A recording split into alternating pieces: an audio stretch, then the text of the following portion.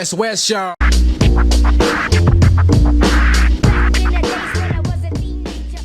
It's been a few years now, with you guys, a few seasons. Oh, we started 2019. That's right, yeah. Our first one. I did run into, I can't remember his name now. He came around to the shop and he mentioned this one. And I've seen him a couple of times, or watched him a couple of times here.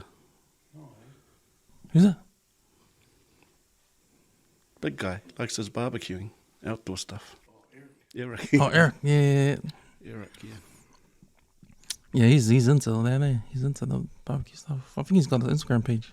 He does his home cooks in that. Yeah. It was here, eh? Is it this one? Or does he have his own one? Oh, he jumps on. He doesn't have his own one, but he jumps on. Oh, yeah. I do a movie one with him. A movie? Yeah, a movie and TV, a podcast. Yeah. Where do you find the time? After work? Yeah. After work and every day after the work. weekends. Yeah, sort of a hobby turned into full-time job without getting paid. That'll come. Yeah. So do you have followers or people subscribe to your podcasts? It's free. It's free to follow. We're on all platforms like Spotify and everywhere. So that's all the audio stuff. The audio stuff's on all the platforms, and then the video I just put them on YouTube. Yeah, but it's always been slow with the video stuff because it takes longer. It takes longer to put it up. Whereas the audio is just straight away, because I don't edit anything on this podcast. It just goes straight up. But it's real funny because in the early days, you used to edit hard out, take all the ums and ahs and all the But it was like, okay, if you want to cut that out, you may as well leave it and just practice not saying it at all. Yeah.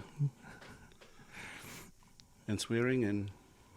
Well, you can say, well, this guy's got a bit of a foul mouth. Yeah. He can't help it. It's just his life. It's ingrained in you, isn't it? But now, thanks for coming in, cousin. Finding the time. I know you're a busy man. Busy man trying to keep West Auckland warm. Yeah.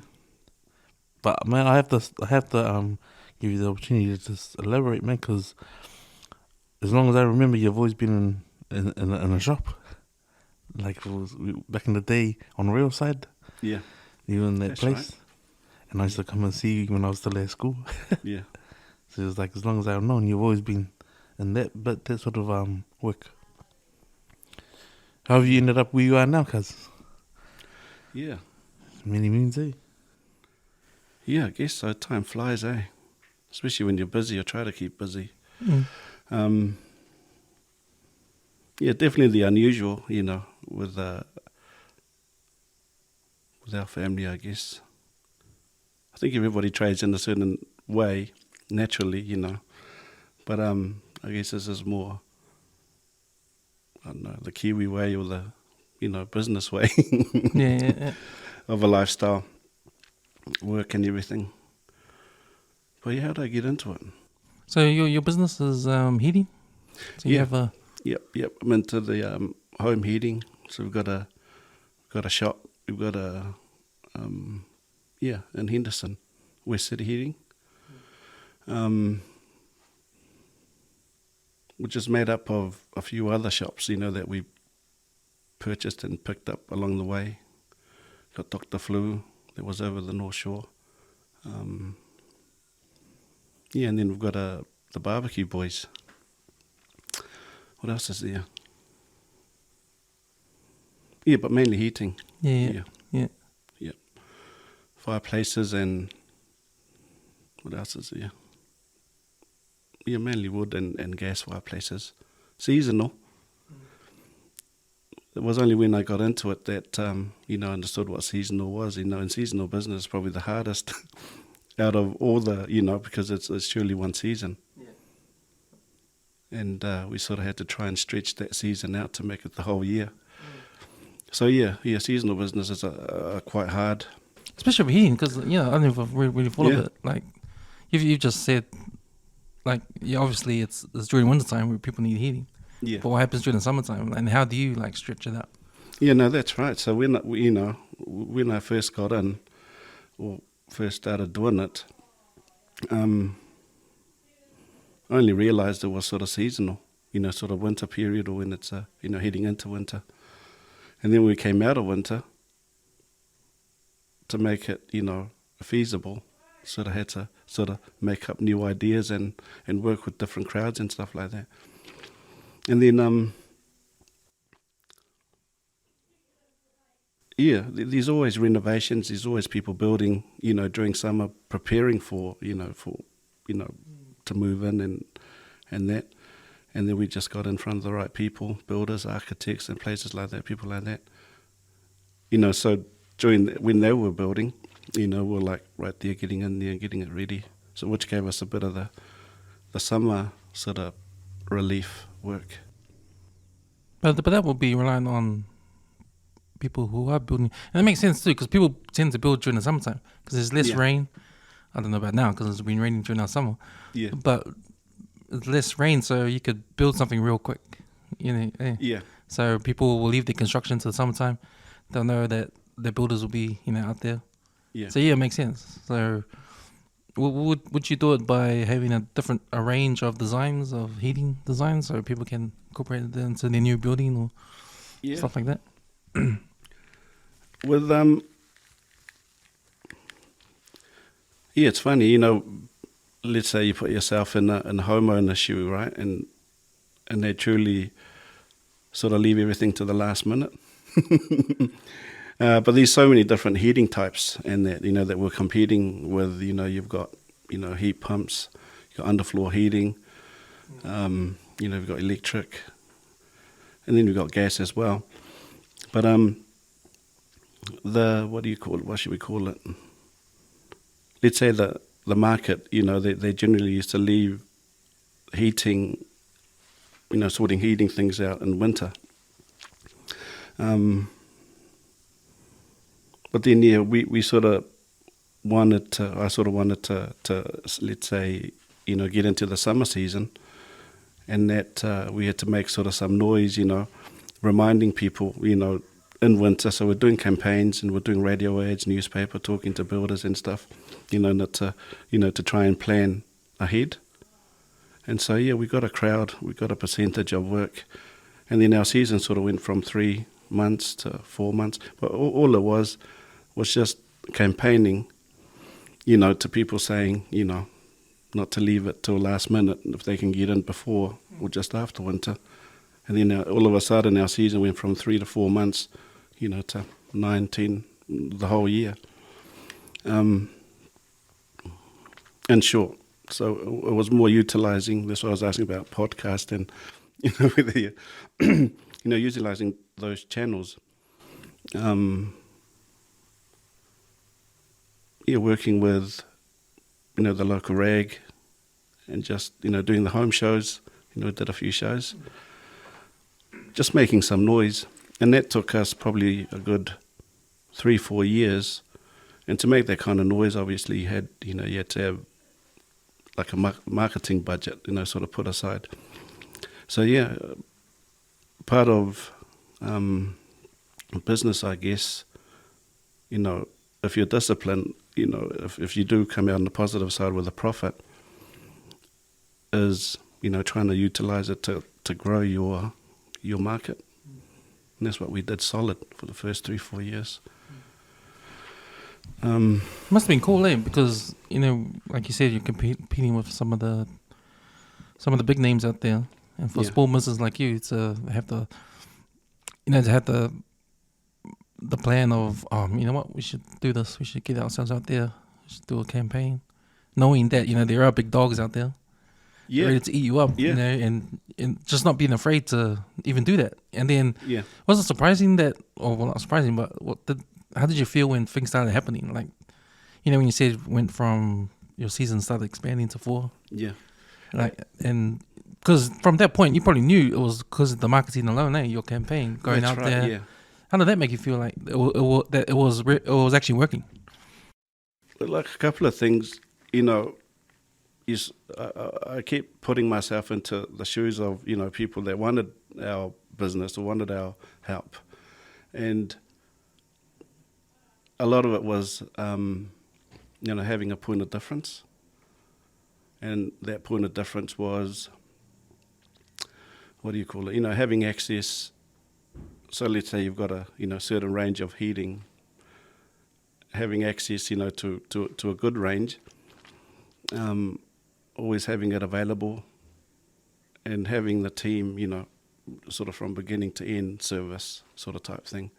So that was our point of difference, because the other thing was I sort of wrapped my head around who else was doing it. And again, if I put myself into the customer's shoes, you know, homeowner's shoes, someone doing renovations, had a look at how they do things, you know, I could see holes and things, sort of type thing. And those holes we filled, and, you know, we tried to implement it in our services. So what's an example of some of those holes? So say, for example, I mean, say with the heating, as early as, say, 6-7 years ago, the only way you could get something, you know, let's say gas fires, wood fires, you buy it from one place, because you need to get them permitted as well, and then you got to organise another installer, then you got to organise the council permit, and then it can get into the too hard basket. And so I sort of grabbed those three main aspects: supply, working with the council, and having our own installers all under one umbrella. It's one-stop shop. That's right. And when people came through and they were asking all the questions, and we just packaged it up and made it out to be the most easiest appliance they'll ever put in.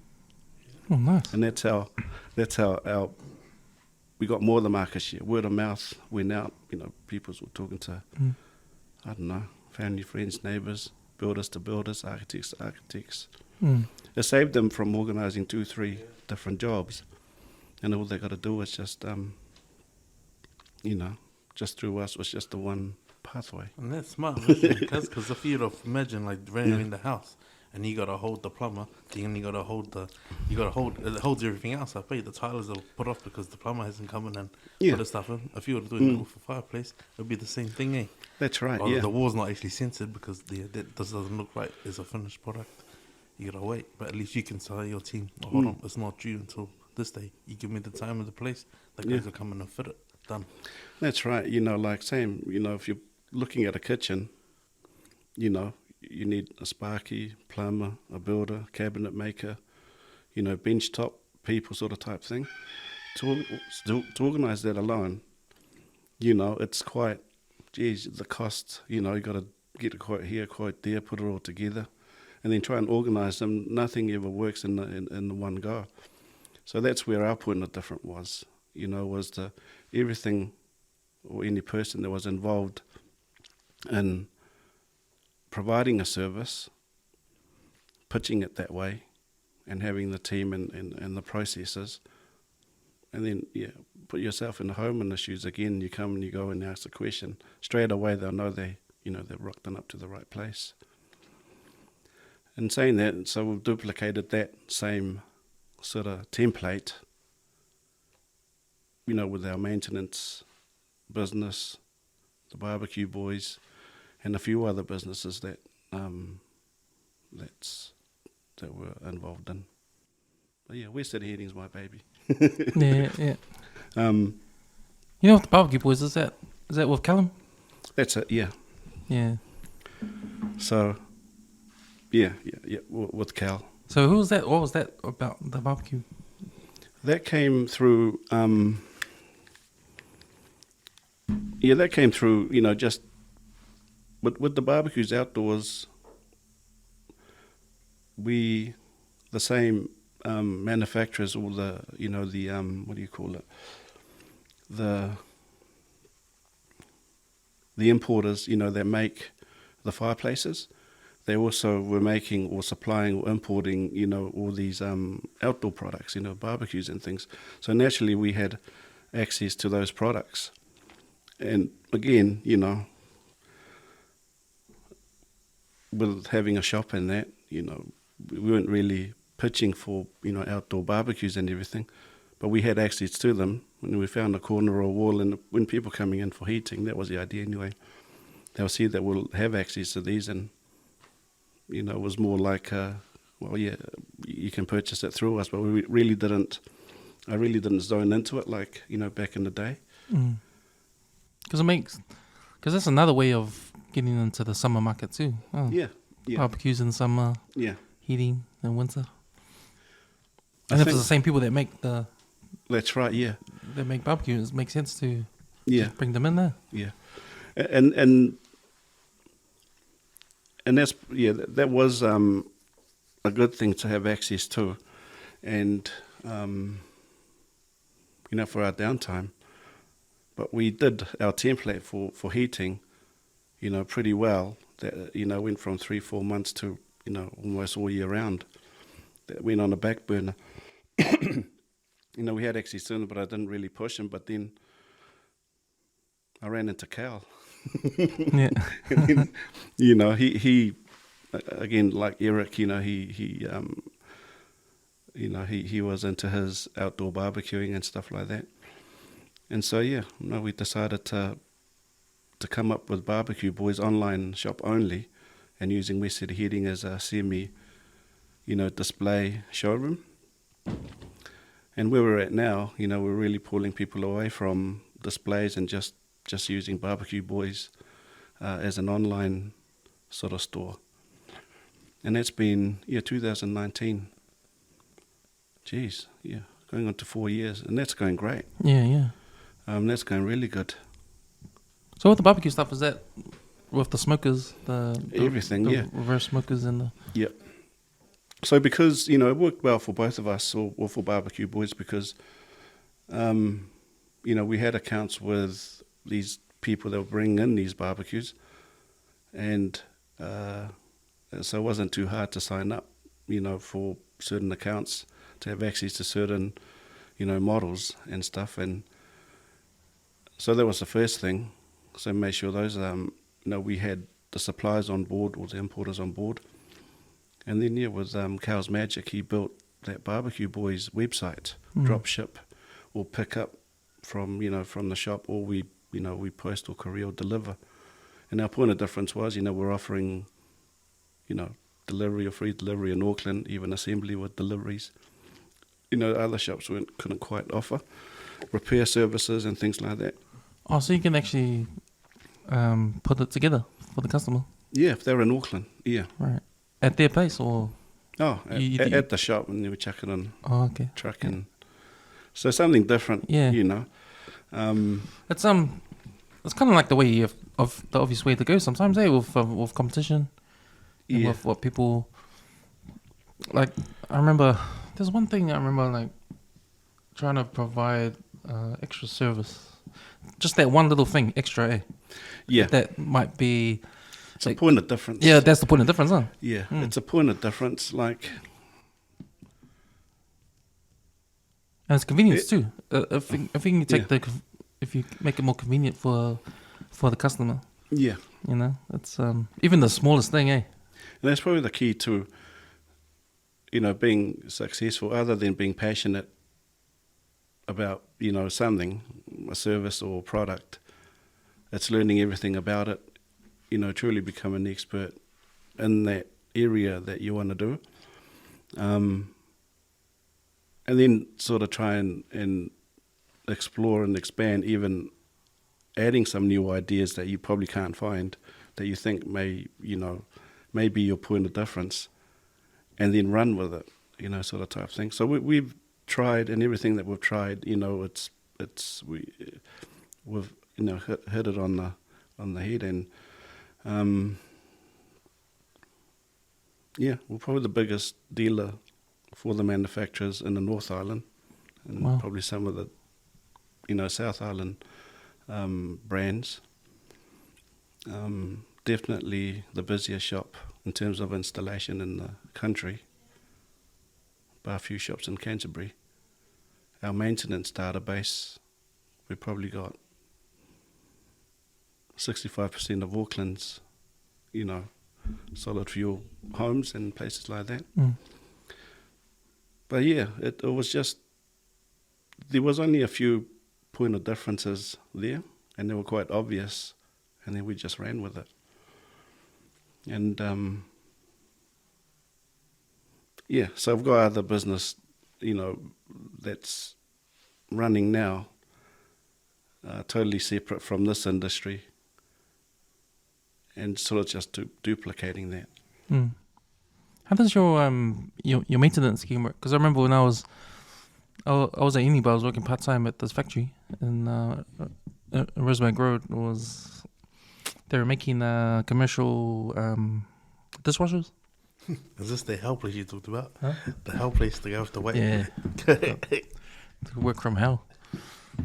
And then, this was an experience for me.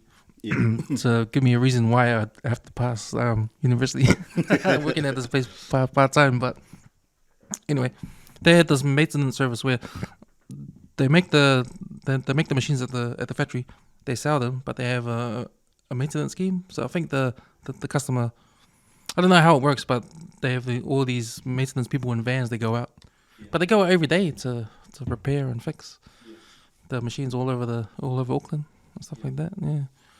Not sure how the bookings work, but traditionally, or back in the day, with any appliance, whoever owns the appliance would ring a number or find a number or ring a person. They'll tell them what's wrong with it, and then find out, whether they can book in a service or a person. That alone, it's not time consuming, but you can miss an appointment. You could. What else could happen? Fills your day up quite fast, eh? If you're the ninja going out, the technician to do the work. Yeah. Get like 2 or 3 of them, and it's lunchtime or you're working past your lunchtime. Yeah. And then you got the back half of the day, and you got to deal with the traffic and all the rest of it. All of that, yeah. And then the person on the other side, who's taking all the bookings, grabbing all the details, the address, what appliance that they're talking about, what's actually wrong with it, all that kind of stuff. It was normal back then, but it was also time consuming. With our maintenance website with Dr. Flue, we sort of picked out that because we were doing the same exact thing, taking in phone calls, emails, people walking in, asking for service or maintenance or insurance work and things like that. The paperwork alone, or the, jotting down the details and then booking someone, business sense, that's time, and you haven't really made anything other than gathering data. So again, as a point of difference, we really wanted the person coming in, they know everything, they know exactly what's sort of wrong with what they need, and they know when they're available. And so basically with our, that business there, in terms of maintenance, was having that platform so they can go in, put in all their details and everything like that. They can put in models and makes and all the service they want. They can see a diary in there, book a day sort of type thing, and pay for it. And that was the key thing for the whole thing, was prepayment for a slot or a booking, which translate to our guys on the road, and they'll get, the notification or the job. So everything that we would have had to do leading up to a booking is all done in, 1 minute, 2 minutes. Other things that, sort of businesses prior to the system struggled with was they obviously, they do all this organising, booking, and then they get to site, and then they invoice the customer, and then wait for payment, hopefully, sort of type thing, And that was really hard, Most people, they'll pay, and some people forget, And some people, didn't realise it was going to be that much.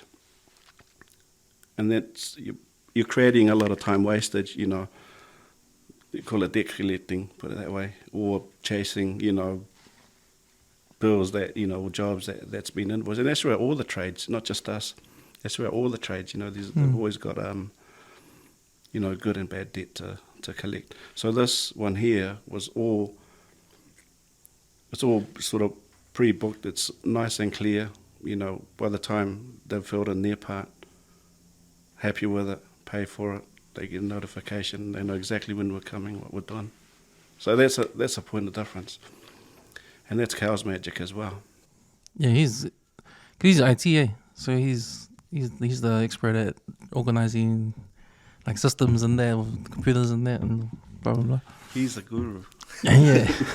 But just that alone is like the smartest way to not waste time and money, because you're not moving all that data that's collected, because that's pretty much like what I said about merch. If you pre-order, you leave everything in the one comment, your size, your quantity, and what in there. Just screenshot your payment with the right reference number. You're making money when you haven't even lifted a finger. We haven't even been there yet, but yeah, no, it works well. But again, this sort of came about from experiences, that we sort of, when we first started and things. So when it got in there, I've always been, as a kid, with the parents and the grandparents and stuff. You guys probably know this. If you're going to do something or fail, you do it properly, sort of type thing. And I sort of looked at it as that, fortunate, it was the industry that I got, that I got into. And I looked at it as, a job sort of type thing, and doing everything that I inherited well, but add something to it, and then take it to another level where I understand as a consumer that it's much more easier for them, to the point where that they'll pay for it first. Do you like that process? It sounds like you do, because it's part of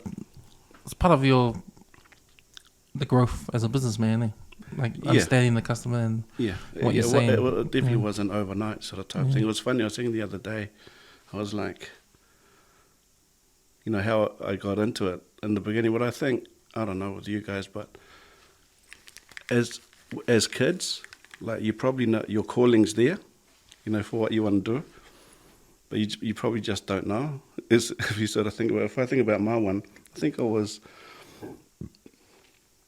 8 or 9. This is back in the islands and that, and at the local shop they used to sell raro packs. I think for 50 cents, the little raro.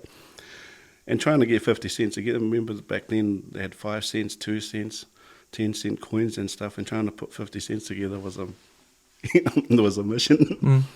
But I think that's where it sort of started off for me, in terms of what I'm doing now. Like enterprising. Enterprise, yeah. First collected, me and a cousin, we found ourselves 50 cents.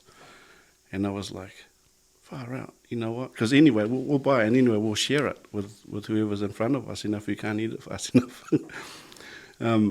So we grabbed one of those raro packs, and it was our first one. And we were like, you know what? We're going to go, because we eat it off your hand. And we're like, okay, we'll tell all the other cousins or the other kids who are there, whatever you bring, a coin and then you get a lick of raro. And we did that, in our first pack. They're all lining up. They had 2 cents here, 5 cents, 10 cents, and they all had their hands out like this with a coin they probably took out of, I don't know, their nana's bingo bag. Yeah. But there was a spark, eh? Yeah, and by the time we finished, we looked at, I think we had a couple of dollars, and then we went and bought a few more, and then we're like, I think by the end of the week we had $15. Yeah. So that was fun. Because that kind of story, it's the same with, if you read a lot of stories on successful businessmen around the world, or business people around the world, they always have that story when they were young, the first bit of enterprise. Yeah. That sort of clicked in their head. They don't know what's going on, but they liked what happened. And so that sticks with them when they grow older, and then they start doing other stuff, and they always pinpoint it down to when they were young, when something like that happened. Like your story when you were a kid, 8 years old. I would imagine there'll be, you know, for sports people, you know, let's say All Blacks, you know, they'll probably remember their first goose step and go, "Far, I did that pretty well. I'm going to carry on with that and see where we go." Yeah. They'll probably end up, you know. Or I was trying to think whether I was sporty and that, but I was like, probably not that sporty to notice, you know, to carry it on. But that moment, that was probably, I was thinking, oh yeah, could probably run with that one. Because I remember reading about Puff Daddy when he was young. So when he was at school, there used to be parties at high school and that when he was at school. But he'll after the party would be so good that he'll make T-shirts. Yeah, when he was young in high school, like he'll make T-shirts after the party happened and sell them to the students because the party was so epic that he would sell these T-shirts with the something about the party. Yeah, and he'll sell those. So it's like his first kind of enterprise when he was young, sort of thing. They had it at school too. Like when I was at high school, they had business studies, and like you had to put a little business together. You had about 3 weeks to do it, and you had that's good. And the teacher at the time, he never advised us to do services. Like he said, and this can't be like a paper run or like walking dogs. It has to be an actual product. And I remember I was trying to be like at the moment because at that time I was cutting here and okay, we'll cut here. And then he goes, everyone in the business has to have a role. And I just remember being like, fuck, that's hard, eh? Like, because there's only two of you. So if I was cutting, what's this guy doing? Like, and I never thought like he should take the bookings, or he should go be the walking billboard, or he should go and tell people to, you know, come and do this. I'm surprised he even had that. We ended up doing jars. Yeah. We did end up doing like what's it called? Like chutney. So what so in my head, like I think at the time there was one of the kids at home was being fed like one of my nieces. Well, you know those baby jars. So we were like, I went to one of the science teachers and asked, how can I sterilize these? She goes, boil them, make sure all the caps make that popping noise.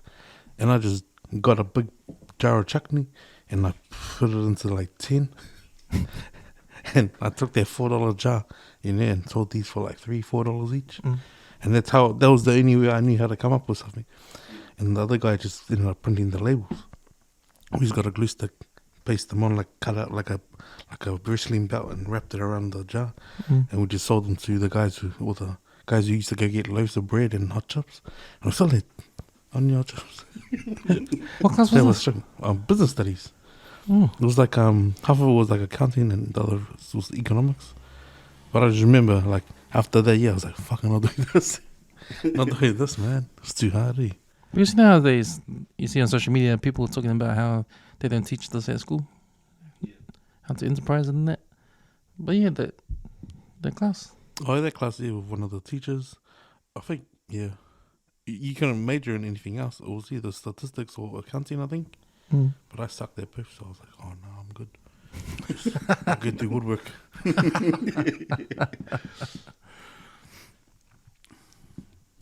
So you went through school here and then where else did you go to school? Born here. And was it St. Helier's Women's Hospital back in those days. Disappeared, went the grandparents at around 18 months old to the islands. Came back when I was 5, went to Richmond Road or Westmere. Yeah, I went to Westmere and Richmond Road. I went Westmere first and then Richmond Road.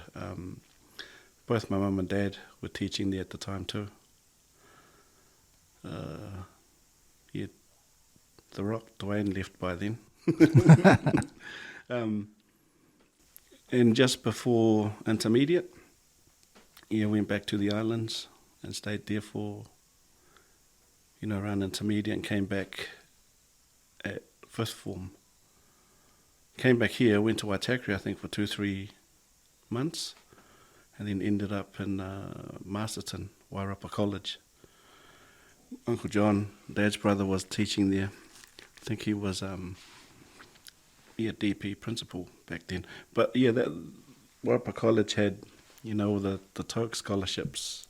Yeah, I had an auntie. Auntie, she was down there at one point That's going back some time. Would have been before you were there, though. But yeah, that seems to be a thing, eh? What's that with the kids that leave the islands? They get to choose where they want to go. Yeah. So the scholarship scheme, in Tokelau, they had a few. I think Tonga was one back then. Here, Samoa, and if you did really good, you end up here. At Warapa College, and then pathway through university. And so that was me. I was out in Warapa College. Did high school there, and then ended up at Auckland University, and doing health certificate as my the entry year. Man, and if I think about it, like I had a chat to, just before you sort of disappear, at the end of career pathways at high school, and it was always in the back of my mind, I was like, no, I don't want to do the plan was to go to med school. Which I did, but Why med school? Was that a passion? Did you want to be a Auckland, doctor? yeah. Oh, it wasn't the passion, it was just one of those things, Mum and dad. Was that a certificate that wasn't on the wall? It was like, we got teachers, we got principals. Like, what do we? Yeah, it was like either be, that was the wish back then, was like either something to do in medicine. Because your parents were in education, so they would want you to achieve higher academic. Well, the other professions, thrown around back then, none of them interested me, like a lawyer, law school, and all of that. And I just went with the flow, so I came here, did that first year, got into pharmacy, did, I think, 2 years of pharmacy school, and then, or the degree, and then I jumped ship to medical imaging, and that's where I ended up, and I was working at the hospital in between, in x-rays and just starting to get into the different, other modalities. But my head wasn't there, it was doable, it was there. And but then I ran into one of the guys at school, his dad, was doing retail. And this was around the city as well, and he was looking for part-time sort of uni students, take care of it. He had a Doyle's Army Surplus, remember that? On Hobson Street. Yeah. And that's where I started out, just weekend work. Wasn't there Doyle's at Henderson? Henderson Yeah, Square? and that's how I ended up there. Henderson Square one?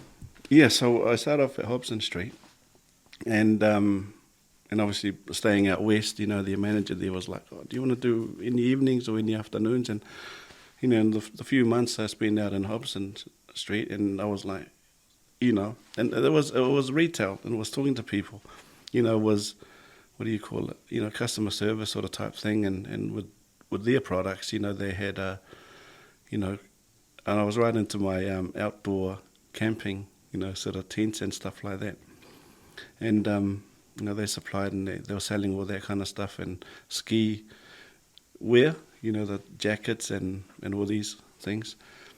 And so anyway, the Henderson Railside Ave came up, a couple of days came up, and I was like, by then I was totally gone I was working at the hospital and then coming back, working, but I was more looking forward to coming back and I was learning at the same time. They had some really good managers, we were chatting about, and I had to check out the process, from opening, they were like, man, you'll make a good manager, but I don't think you'll leave the hospital, eh? And I was like, probably not at these wages. Yeah. But he ran me through the whole process, running a retail shop sort of type thing, inventory and, topping up, with some, to advertising, to staffing and things like that. And I think I was there for about 6 months, and he used to pop in. It was about a year, within the year. And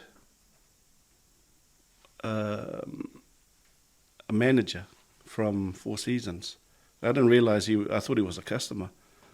He was the general manager, and Four Seasons is, Four Seasons. They do heating, summer products and outdoor furniture, spa pools. He came in, and I thought he was a customer, chatting away with him, but he was scoping, and and talked me into going for a bite some stage, and then next minute he's offering, I'm working for their crew on Lincoln Road, and So we sort of swallowed up yeah, that business, the Doyle's business. oh yeah, they eventually closed. So I ended up jumping ship and working for him for a couple of days, still working at the hospital. And one thing led to another, it was all about, I remember when he goes, what would it take, for you to be full-time here? And I sort of laid out, this is my pathway if I carry on with medicine or at the hospital, and then he painted, this is your pathway here. And he's doing amazing things now, this chap. Like, he was only at Four Seasons probably for a couple of years, and then he was, fast foods, Burger King. And he set up all the franchises, and he started running that. And Same guy. I remember him. He's an old dude with the beard and stuff. Oh man, there was a few guys there. Oh, he just looked like a wizard. I remember he saying. Oh, that's Lindsay. Oh, yeah. okay. Yeah. No, he used to own his own shop too, and he came and retired at the shop in Henderson. Okay. I don't know what he was doing. He had his own shop in Birkenhead, and he was coming to help us out, but he was retired. So wealth of knowledge from that chap, that I went through, and he shared a lot of things. And he said, I'm not staying here, this is the pathway I'm painting, that versus that. And so virtually this time spent at Four Seasons was just learning. I opened up, or was involved in expanding, that franchise.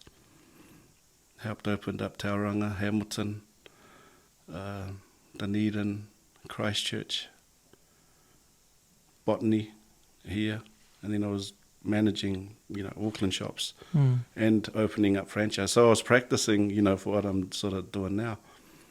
And so I did that. And then Western Heating came up. And I thought I had enough practice behind me and jumped into that. But carried on, just adding new ideas, adding, that point of difference. Trying to do, because I knew now I was going to go toe to toe with Four Seasons and their competitors. Do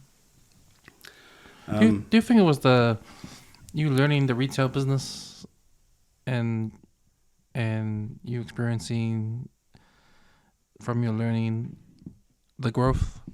Was that something that you never got from at the hospital? Because when I think about it, when it comes to hospital stuff, like medical, you actually got to study to go up and Two different beasts. It's different, eh? Yeah. Whereas, with the retail, you can either do two things: you can stay where you are, or you can either climb the ladder and learn and keep going and just grow away and just grow. And with your growth, the more you grew, the more you got interested. Yeah. And the more you loved it, I guess. Oh. I'm still learning, and I remember, while I was working in a hospital, this is medical imaging and x-rays, and I sat in with a chap, and he was doing, what was he doing? It was a CT and that, but anyway, with radiation, you got to be careful, you got to suit up, and things like that, particularly, especially when you're in theatre imaging. And it was after a procedure, and we were chatting in the tea room, and he was like, "What the hell are you doing here?" Because everyone now is a lot older than us guys, and I was like, "What do you mean?" He's like, "Man, you guys are young. You're playing. Obviously we weren't married, haven't had any kids." And he was just talking about the radiation, the field, and the industry. It's just And he said, this type of work, with imaging, it's something that you can come back to, after you've had a family, because, radiation is, even though the effects are, for people that work there, as a full-time job, it didn't scare me or anything, but it made sense. He was like, go do something else, and then if you really enjoy, imaging, and then come back. He's like, look at us guys, man. So that stuck with me for a while, and then, these are the opportunities, windows sort of opened up. But from get-go, I've always said, that, when you get given a job, doing it well, doing it right, and then adding to it. And as we added to it, that was our point of difference. And that's sort of how what they say, that's how you grow the market. Well, yeah, so everything I sort of learned at Four Seasons when we used to kick back, and used to pop in and that, I implemented it. At the same time, the original owners, they've been around, they've got multi-businesses as well, and they've been around the industry, and I was fortunate, I hung out with them and sort of picked their brains and stuff. Like, what do you call it? I know a lot of business guys, and they come and go. I know a lot of shops. They all come and go sort of type thing, and there's a few things missing, humbleness, sort of willing to, being a risk, sort of taker, but not putting in the time to be an expert, and or try to understand what's happening, or try to be one step ahead of what's happening in the market with products, what people are thinking, innovation, new product sort of type thing. So when you chat to someone, when your consumers or anyone that comes through, and when they ask you a question, you'll think that they've done homework, and most of them do. If you're going to go and, I don't know, drop 50K on the kitchen, you've done some sort of homework. And the first person or the first shop or the first crowd that you walk into, and you start asking questions, and if they stutter or they don't quite, give you the right vibes, they sort of walk out the door again and try somewhere else. So we always try to be forefront. People walk in and they're like, they're trying to swipe their card somewhere or trying to pay us somehow, just giving them that sort of confidence. So that was it. It was just trying to learn the industry, take it to another level, and then have processes and communications and things in place. And that's the key to any industry, I think. Hence, trying other business ventures. No, it was good to come in. Was it just after lockdown, and just see the barbecues. Like, I think the before when you opened, I remember walking through and you had spa pools, at one point. Yeah.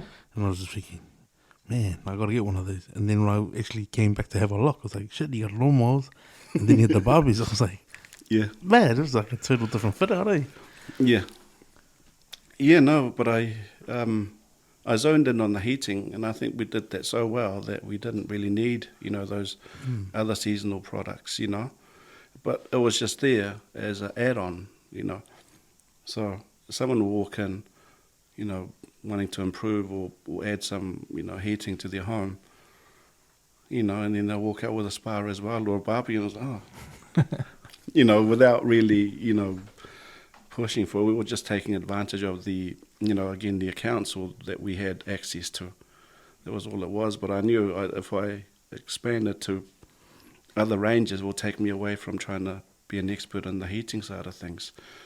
And when I thought I had sort of wrapped my head around the heating aspect of our business, and that's when I thought, I can spare some brain cells for the BBQ Boys. Spare some brain cells for the, Dr. Flue business sort of type thing, without doing it too early and ruining it and not doing it well sort of type thing. sounds like you've done it really well, cuz. I think so. I mean, sleepless nights, being in business, being an entrepreneur and things like that. Like I said, I think I was fortunate, was sort of ingrained, or, the calling was there quite early, sort of type thing. I sort of had there was a spark there earlier on. But it was just wasn't in the pathway when, at school. When we were at school, and like you were mentioning, business studies was there, but they didn't really pitch it, or they didn't really, focus on it or zone in it as much as we were like, oh geez, you want to be a nurse, you need to, what other career pathways were there they were pitching back then. But yeah, business was, I can't remember at school, the career sort of people pitching it in that. What I'm always amazed at is like over the years, like meeting up, because our meetups are like far in between, but every time we catch up, it's like something new. It was like another gain. But when I map it out in my mind, like just over the years, how we're just always caught up for conversation, there's always something new, or there's always like a new little project going, or there's a new little idea here. But like when I reflect over it, I'm like, shit, but at least you're getting them done. At least you create all these lists and you're ticking everything off. Because like I had a yarn with Troy one time, we hadn't caught up in years. And I liked the way and what he said to me pretty much stuck with me for a long time. And it sort of changed my perspective of like, man, but this is straight Pacifica, right? Like, it's not ingrained in us to reach to become bosses, eh? Like Troy always touched on, they poached our people from the islands, brought us here. When they put us in factories, they never told us that you could run the factory. Yeah. They never told us that. They just wanted us to just be a minimum, be a team leader, a production manager, and that was it, So to hear that from him, and then see you doing what you're doing, and we're stalking it and still keeping it alive, it's like, fuck, that's powerful in itself, Yeah, and I've had some awesome feedback, like that. And like I haven't really thought about how, I'm sure there's a lot of brothers, PI brothers and, Māori and PI that are, that are either entrepreneurs or make good entrepreneurs. And one of the things that I use, is when I'm dealing with people, is truly listening, caring, being humble, sort of type thing, and letting them know, the whole package. So a little bit of that. And I think, there's probably a few, there's probably a lot more Pacific Island brothers, whether they don't know how to do it or not, or how to get into it, or get their passion out there and actually make it work. Whether, I'm not too sure what's holding them back.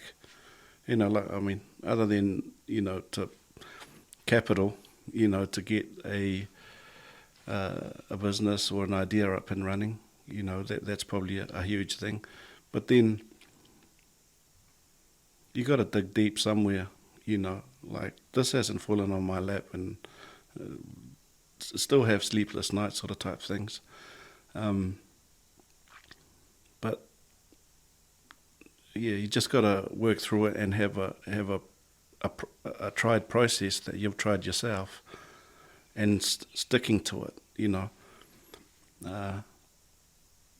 You're allowed to panic and things like that, or you can sort of, last couple of years was sort of, was semi-tough. But again, being in season, all I sort of keep saying to myself, winter comes around every year. Just hang in there. It's going to come around. Everybody, all the trades, everything was all question marks sort of type thing. A lot of projects being put on hold. But then, boom, it gets cold. So obviously that was a big problem with COVID for a lot of businesses. A lot of businesses shut down, and affected your business too. But how did you keep on going? How did you go through those 2 years we had of lockdowns? Yeah, well, I stopped. Probably the main thing is I stopped listening to, to the news and to media, and sort of just zoned in again to what I do well and what we do well and what purpose people see us for. There was a lot of panic. There was, even in our whole industry, cost of steel and all these things going up, and forecast wasn't looking too great. But for me, pressure, like, you need it, sort of type thing. It keeps you on your toes, sort of type thing, and if there isn't any, like, I've gone to a habit of creating pressure, just to keep in front. But to keep you on your toes, sort of type thing, if you do sort of like get comfortable, you sort of tend to get more and more and more comfortable, and then you start missing out these little, processes and details and that. And then when you're back into the game again, putting yourself in the customer's shoes, when they're talking to you, they'll know that you sort of dropped your game sort of a little bit. But yeah, I mean, we didn't there was a few, things that helped, with the, the government. They were doing their subsidies and things like that. But the added pressure I did on that one there, rather than doing the minimum, payment, I upped it, and made sure they either were getting paid a minimum of 80% of our wages still, even though work wasn't coming through. Well, I went and we got our ticket to be essential workers. And so we were essential workers, and that was working with our association and saying, man, we're still essential, So we got all our tickets, we made that noise, got all the other shops and stuff, and made sure that, we were still able to work as essential workers. And then number 2 was letting everyone else know, they were in lockdown and stuff like this. We're essential workers still. The winter's coming or winter's going, we're in the middle of winter. But these are the processes. So I was trying to understand the situation for, at the time, even though there was a lot of... I did sit back a couple of times thinking, gee, should I just chill and just let this blow over? But blowing over, we didn't know how long it was going to take. So to keep my mind busy was like, nah, we're going to carry on legally, in legal ways. So we got our tickets to keep working essential workers, and then we just made some noise, bombarded, radio, newspaper, and things like that. Because we were able to keep working. It was products that had to do with well-being, people's survival and well-being, like fridges, and trades can go out and fix like toilets. That's right. Stuff like that. Yep. And with your heating, obviously that's a... Yeah, but it wasn't on that list initially. Oh, how come? I don't know. Yeah, I think... I would have thought it would be. Yeah. It's like people need heating. It came a couple of weeks after, they dished out the trades. And then others sort of came on board. So we went through that. And then on top of that, we carried on through, with Cowell's BBQ Boys. We just kept that going.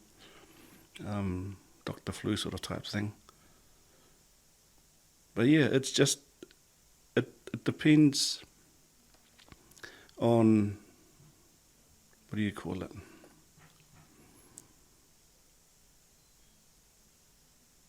Not passionate, but, there's a reason why they were working. We've got families to look after, you've got bills to pay, sort of type thing. And the moment that you sort of see sort of barriers, that could probably question mark, and a lot of people lost their jobs, and a lot of people, a lot of businesses closed and still, still suffering. That was sort of what, just kept the engine going, sort of type thing, was trying not to think that could possibly happen, and how to go about sort of, carrying it through. Yeah, unfortunately we came out the other end. Yeah, and here we are, just trying to get bigger. Do more. Yeah. Might have to get you to sponsor the empty out the club episode. But you're making noise, cause that's what I like. I am seeing, and I just love that. Like, man, there's a Toke boy in the industry, and in West Auckland, and above all, you're Pacifica. And you're sort of waving their flag, like, cause I don't, you can walk into many businesses if it's not like a food one. You know what I mean? Like, you couldn't go. It's like if you didn't know the Ken was architect, you wouldn't know. Like in the frame, that there's a Pacifica guy works in that building. And it's like when you walk into industries that's not factory, that you don't see predominantly also islanders. Because I like it when I come to the shop and I ask for you, and it's a Palangi guy greets me, and I know that's my cousin, that's your boss. Like, that's awesome, man. And it shows that the work you've put into your business is sort of Yeah. putting a smile on the kids' faces and stuff. No, very fortunate, and I enjoy it, sort of every day sort of type thing.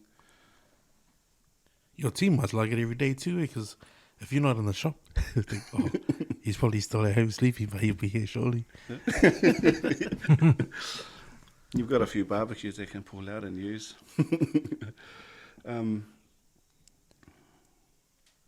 What's the biggest seller though? Because the smokers have come in quite a bit, because I remember seeing like the Webbers. I remember you were going on about Webbers before they were like a big thing. And then I saw these like offset smokers, and I was like, shit, are you into these now? It's a growing community, smoking, briskets and... You reckon lockdown did a good thing for that? Because I just remember there were no Facebook pages, a few YouTubes, and then these barbecue American shows. Yeah. But then to see those actual smokers in your store, I was like, fuck, you doing something, this is massive, eh? Yeah, no, I mean, lockdown did spark, homeowners or thinking about, because they spent so much time at home, they were like, shit, didn't realise how shit my barbecue was, and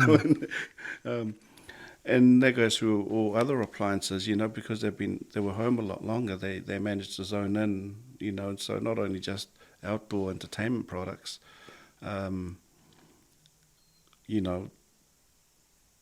sort of got busy and we sold out. A lot of the importers sold out of stock. But it did. Yeah, lockdown did. But then that community, I didn't realise they're right into it now with competitions and that, and the smokers and the barbecues, they're just getting bigger and bigger. The smoke time, and geez, almost like you're in, is it Texas? They do those big smoke competitions. Because they have the they didn't have it because of COVID, but The meat stock. the meat stock event in the SB, yes. Me and Eric have been. So I took Eric. I went the first year, and then I took Eric the second year, and he just absolutely loved it. Because he's into his barbecues, but he never experienced like the low and slow. So when I took him to that meat stock the second time I was here, man, he just fell in love straight away. And then ever since that day we went, he's been hard out doing his low and slow, cooking his brisket on the Weber. And I think he bought an offset from you. Yeah. He has, yeah, he did, yeah. And it got blown. Oh man, sad. It got washed away in the flood. Did it? So he's trying to fix it up. No, tell him to come and I'll give him an insurance quote.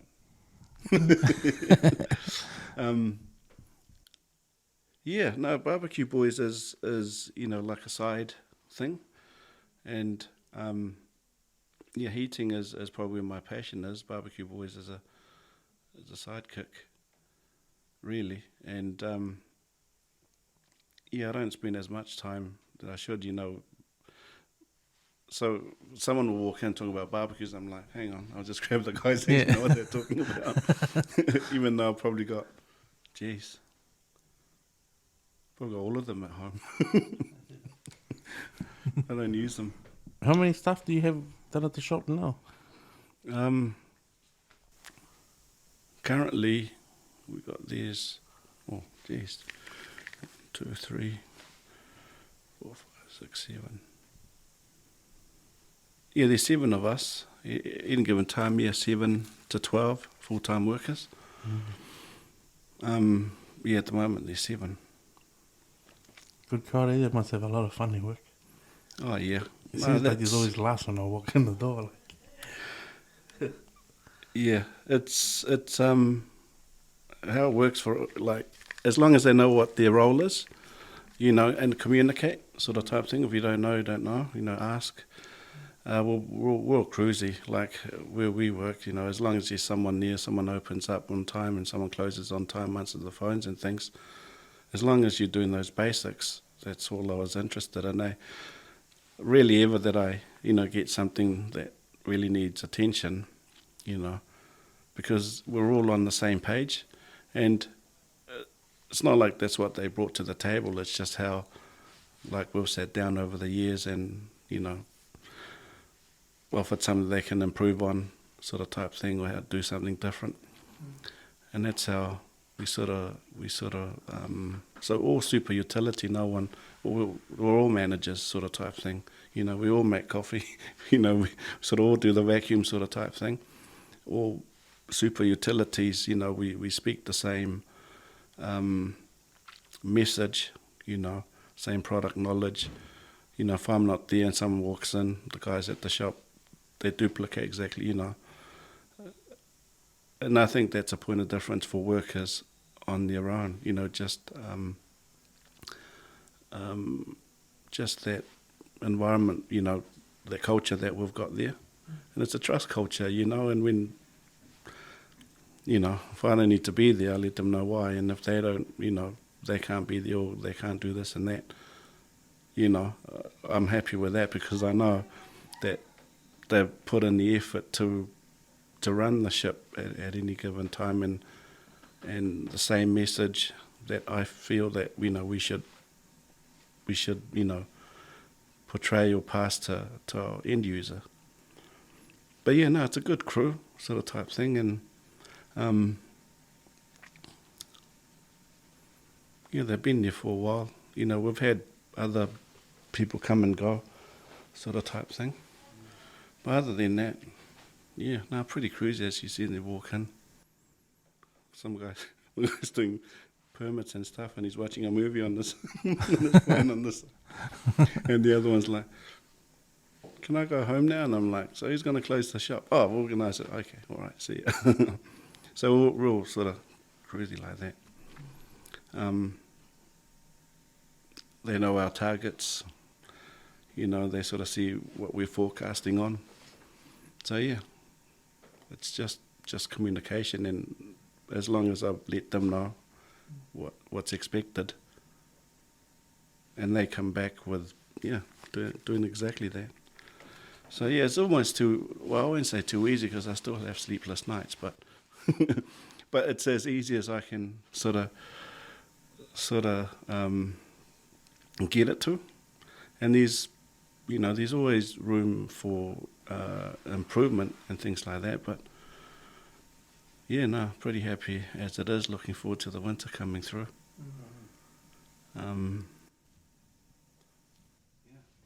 You mentioned before about your managers when you were starting out, how they were pretty good, and they were showing you the ways and stuff like that. Was it because it was just a natural thing that they teach you, or did you ask, or were you the type to learn more? And because when I think about managers these days, it's hard to think that they do that now, because the key word what you said was they were pretty good managers back then.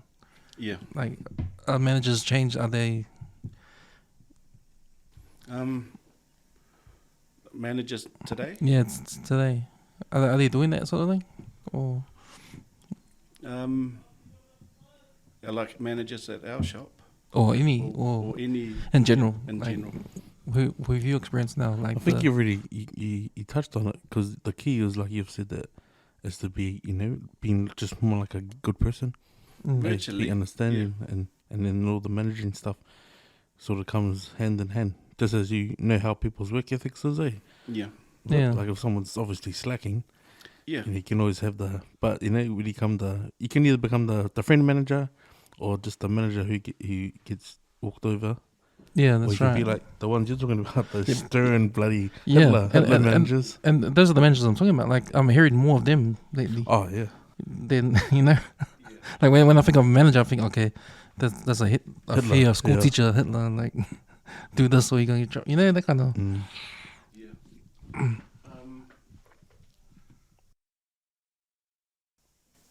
Oh yeah, going back to the managers, they were general managers, that I ran into that gave me the opportunity at Four Seasons. I think I'm not too sure exactly what his job role was, and he, I don't know, like again, before like was doing anything I sort of try and do, well, whether it be well, it always starts from home really. When you take those habits into the idea is, into your work life sort of type thing. I'm not too sure what his role was and why he was out on the road and why he was scouting, at that time. He must have seen something, and then that's how I ended up at that place. And then he was zoning in, when saying this, that, right to the point where he painted a picture, not just working in this particular company, but what his plans, he was sharing that. What his plans is that he was moving on now, man. But yeah, I think you got good. I've always dealt with general managers or owners, recently just owners really, business owners.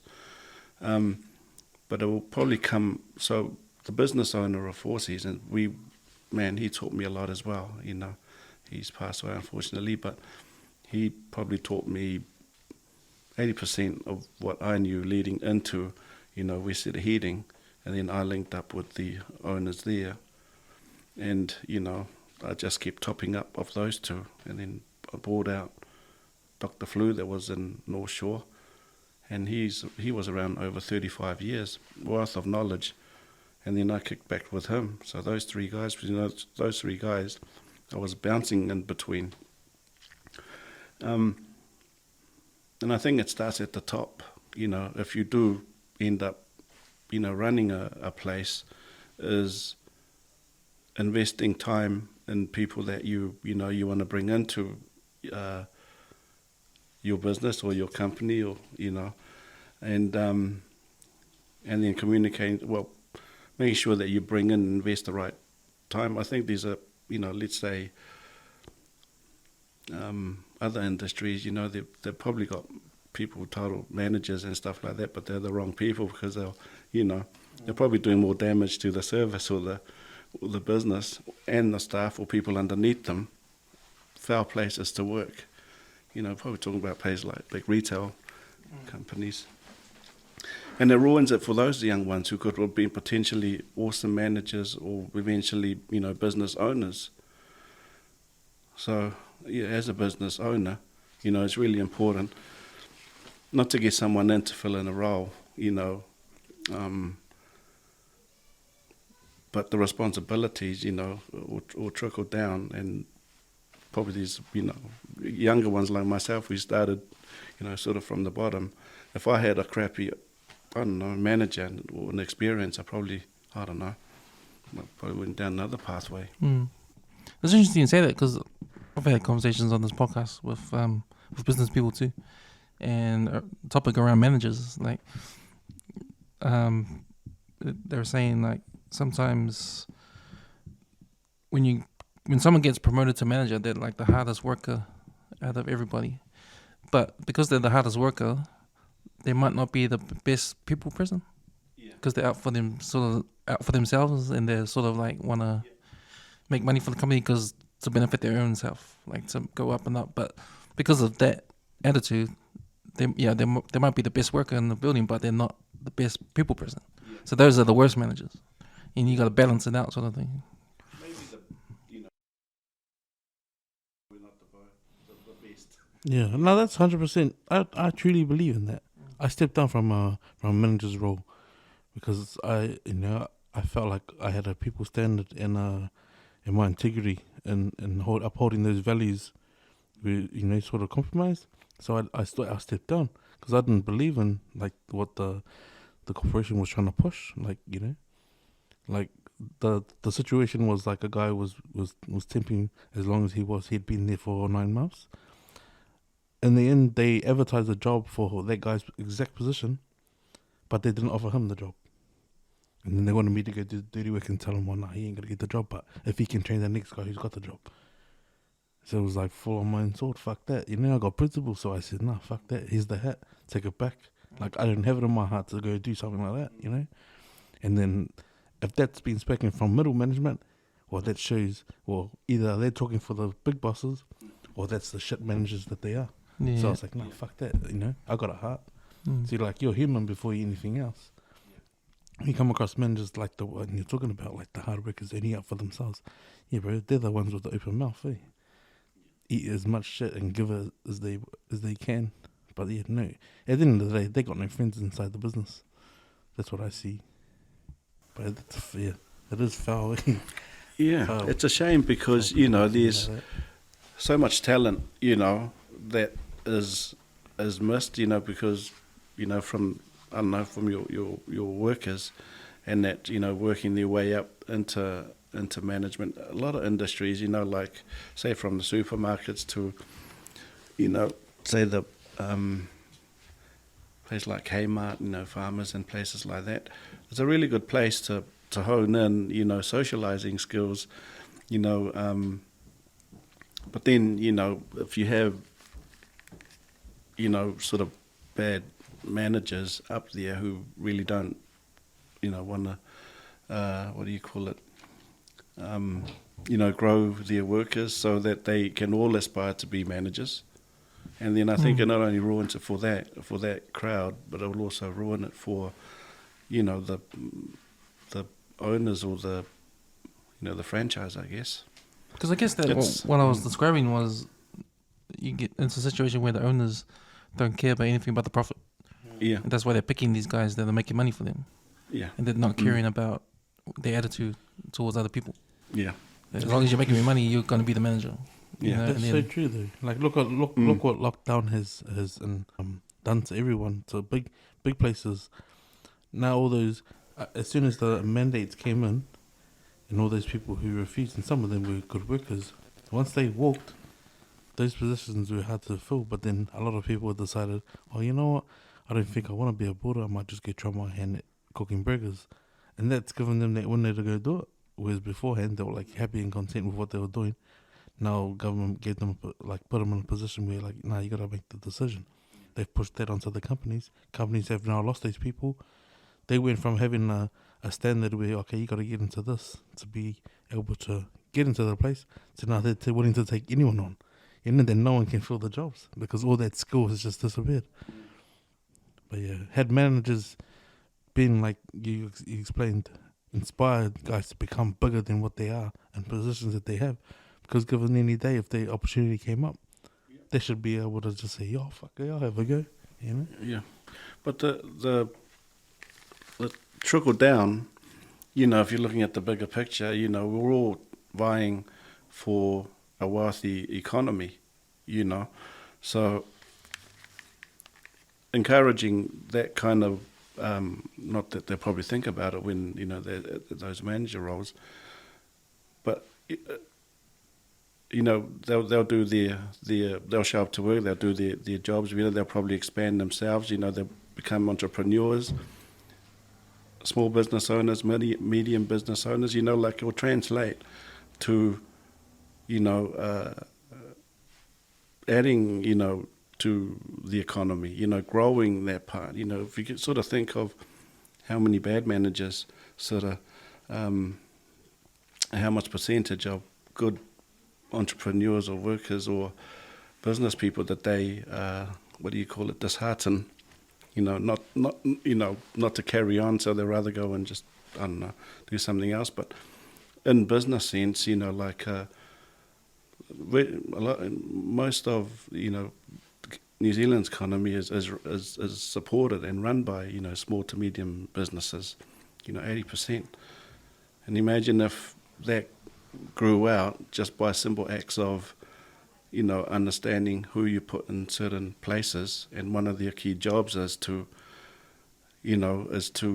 grow and encourage, for everyone to try and get a structure in the company that, that inspires them to either aim for that with these values of teaching incoming workers with a pathway to moving on to other bigger things, and that it's going to translate into a thriving sort of economy, because you're upskilling them, teaching them things different that you probably can't learn at school, but with the target, of growing the economy. That's probably one thing that's missed. There's probably some PIs and it's true, bro. The way you've explained it, it will tick off getting guys in a better frame of mind and the attitude. When the attitude registers like shit, like I always explain to my team and our team leader, like, fuck, for every guy that comes in here and he walks into a guy who's willing to do shift work, he's here for a reason. And whether you can sell the job to him, first thing is ask him if he can do the hours. Second part is ask him if he sees himself being here. Because if you don't paint the picture for him, like, can he see himself doing this in the next 5 years? Well, then he's just, just stopping in. This is just a pit stop to where he wants to go. But if you paint it big enough that he wants to be part of the business and be part of a solid team, fuck, you gotta keep her, And if he's got the right attitude, he would be saying to you, yeah, bro, because in 5 years' time, I'm gonna be your boss. But it's not to be cocky or arrogant, but it's to be like, that's the attitude, like, fuck, give me as much information as I can, and then I'll fucking build you a new factory, Yeah, all of that. Some of the opportunities that's possibly, missing, that we're missing in that. But if you sort of think it that way, and you do become a boss or a owner of, a company, and you grow it so big, part of your, I would imagine your, requirement for your managers is to do exactly that, is to inspire, and if they sort of don't have that sort of skill, humbleness, that caring, and they're probably, employing the wrong person. Because the benefits of getting everybody sort of entrepreneurial, bringing in new ideas, again, it works well for the country, sort of type thing. Just wealth building. That's true, man. Because I worked with many teams, and I just see that the second there's someone that gives a fuck, that says it all, eh? That says it all. Like, if I ring in sick, or you sick away as well, it becomes a joke. Like, oh, you didn't work either. Then you're like, fuck these guys. They didn't give a fuck about us. They didn't care about us. And that's where you're just a number sort of thing comes up a lot, But no, you hit it on the head, man. Like, if a manager's willing to inspire someone, and especially a team, but you got a winning team, you're winning no matter what. Even if someone's away, you're wishing them well. They get back, as soon as they can back, like when they're ready. They're already doing their part for the economy at that point.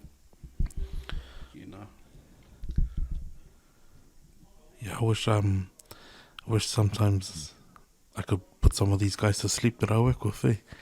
But then at the end of the day, I feel like the house ain't gonna pay itself. So is it gonna be auto furniture next on the stuff you're gonna be selling? I think my template's been working well, just zoning in on heating, fireplaces, and the homes that we're working with now, oh man, the renovations, they're getting bigger.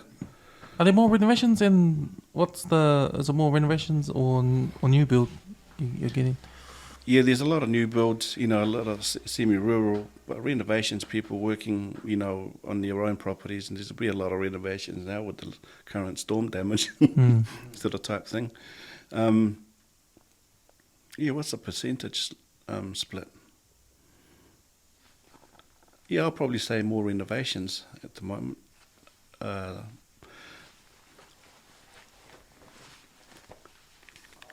Yeah.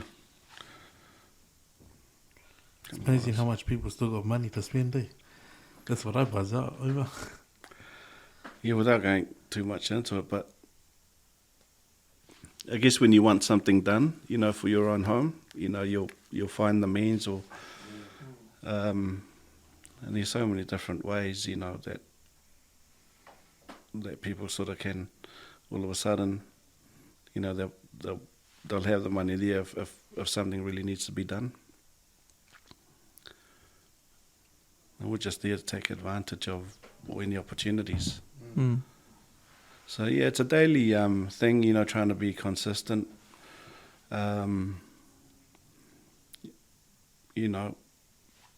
From like we've got some customers now coming back second, third time, and they, by the time they're still the same, Are So they that's changing pretty their good. whole fireplace? No, they're buying other new homes, Oh, or okay. they've moved to another property, or So being repeat customers, that's good. Means that we're doing something good. Mm. Um, How hard is it to like produce your own supply of or build your own fireplaces? Is that what you're doing now? You're building your own, like you're buying the steel and no, actually no, yeah, manufacturing? no. That's a different game. So we're agents or dealers for fireplaces made by manufacturers and that.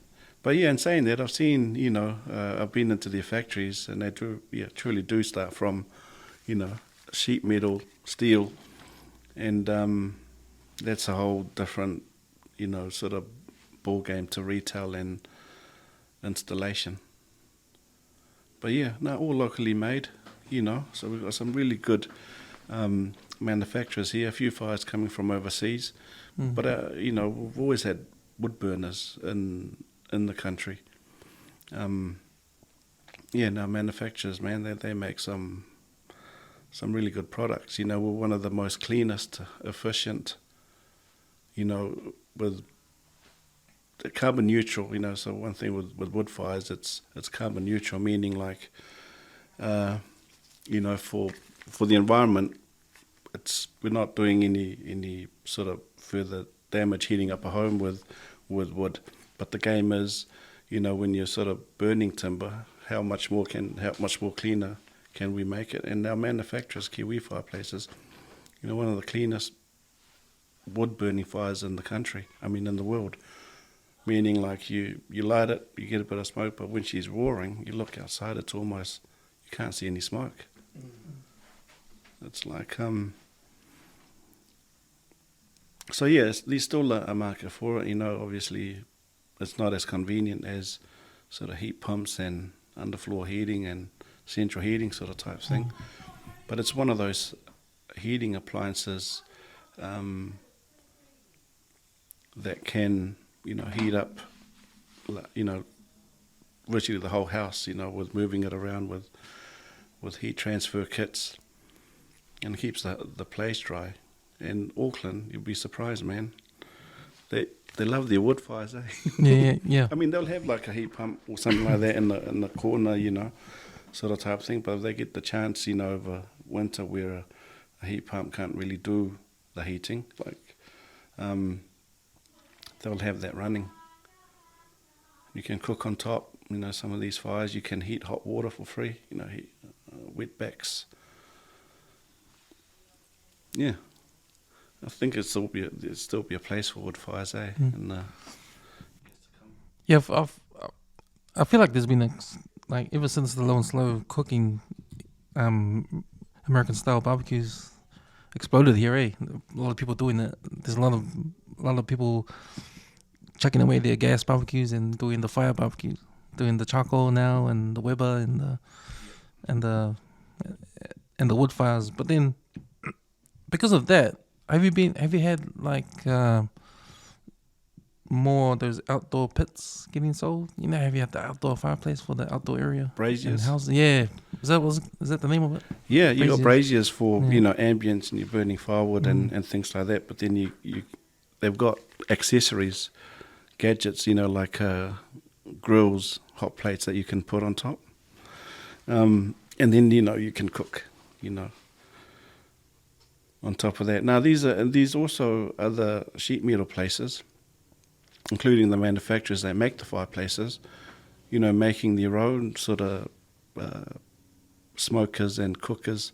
So the market is going to be bombarded soon, probably next year. You'll probably see more Kiwi-made,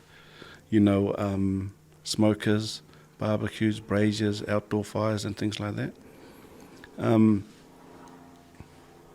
Meaning like a product's got to be pretty special, to be imported. Oklahoma Joe's, like the Eric has, they've got a huge chunk, of the market share. But there are other products sort of sneaking in. And have you heard of pellet smokers? Pellet, yeah. Yeah, see, that's coming through too, onto the market. It's an art though, experimenting, and I don't think you'll get smoking over the first season. You probably need like maybe a couple of seasons practicing before you can call yourself an expert. I had one guy. He keeps incinerating. He bought this little smoker. He keeps incinerating his fish, snapper and kawai. And what he was doing was, like, he'll light it and then he'll chuck in the fish at the same time. And by the time it smokes, which is probably, I don't know, half an hour, because he's waiting for that smoke, and he pulls it out and it's all dry. And and I was like, no, the idea is, you want to get it smoking first, and then you put your fish in there. Yeah, so he comes in and he picks up bits and pieces, and he was like, man, I would have thrown this out if I didn't ask. Yeah. Just YouTube it, man. But yeah, it's a growing community. You got to have time, and you got to be really passionate about it. Not just the hardware or the barbecues and the grills and that, but then there's an art in the types of meat and cuts, and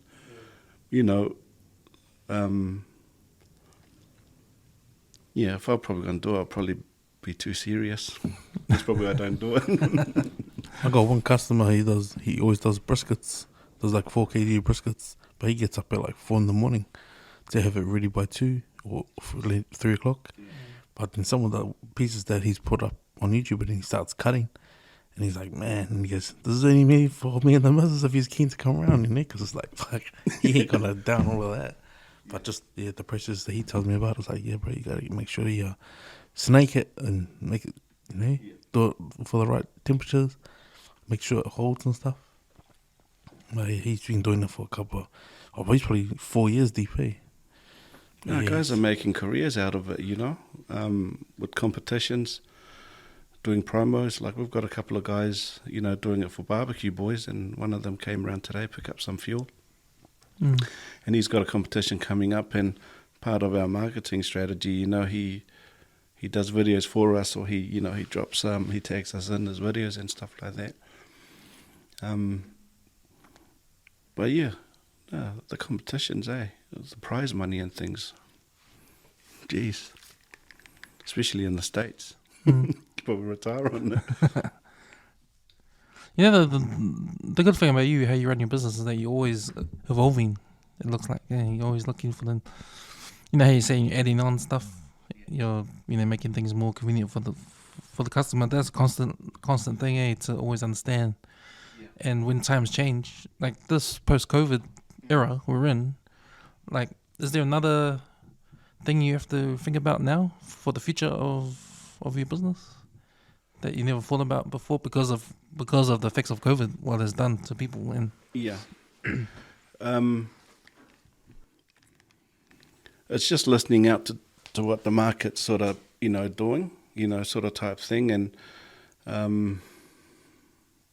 so they were talking about, with our industry, with steel, sort of being expensive and things like that, it tapered off the price of steel, and everything, has gone up, on top of the cost of living for these kind of appliances. So we're sort of thinking, they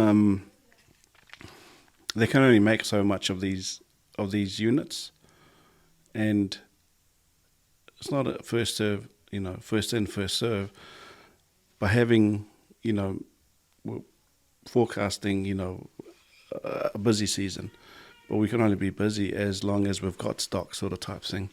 So coming out of post-COVID, where no one was buying anything or sort of holding back on work that weren't too sure, we're just assuming that it's going to be busy this year. And so planning ahead, the question we sort of buying bulk and putting them in the warehouse and hoping that, that's the right choice. And we're going to get rid of them, all the units, all the appliances and stuff. So we're stacked and we're ready to go. Anything extra that we have, we're making some noise. And that, looking at our competitors, they're not really doing that and they're still sort of playing safe. Right. But yeah, self brought on pressure, but it's but yeah, I think I've been around long enough that we can get rid of that huge orders that we've done. Yeah. High risk, high reward. Yeah. But the model's good though. Like, man, like for you to just say, like, you put yourself in the customer's shoes. When you, a few years ago, buy something for your house, like you took it all. Hey, it's like, fuck yeah, if you could just deal with one person, one crowd, this make life easy, eh? So much easier. As consumers ourselves, when we are, it's like when there's been many times you've thought to yourself, man, I wish there was something or other. Man, I wish it was easy to do this, or I wish I could get this just like that. And then how about thinking, well, why don't you make it then? Yeah. That kind of mentality. Yeah. If there's nothing out there, and you think, man, I wish there was a guy that came and did this for you and blah blah blah. Maybe I should do that. Yeah. Or maybe I should create something. Yeah. No, absolutely. Or start off with something that's existing that it's not quite, that needs more development, and use that as a platform. You got to practice somewhere, rather than jump into the deep end. Who was I talking to? Just in my circle, yeah. They're wanting to do exactly that, jump in something. Oh, yeah. Jump in and start producing and manufacturing this gadget, and I'm like, Jesus, so we're playing, Dragon's Den, and I'm the investor sort of type thing. And I'm like, nah, there's the door, gave him a few questions and everything, and he was like, why? And I'm like, well, these other products are very similar to that.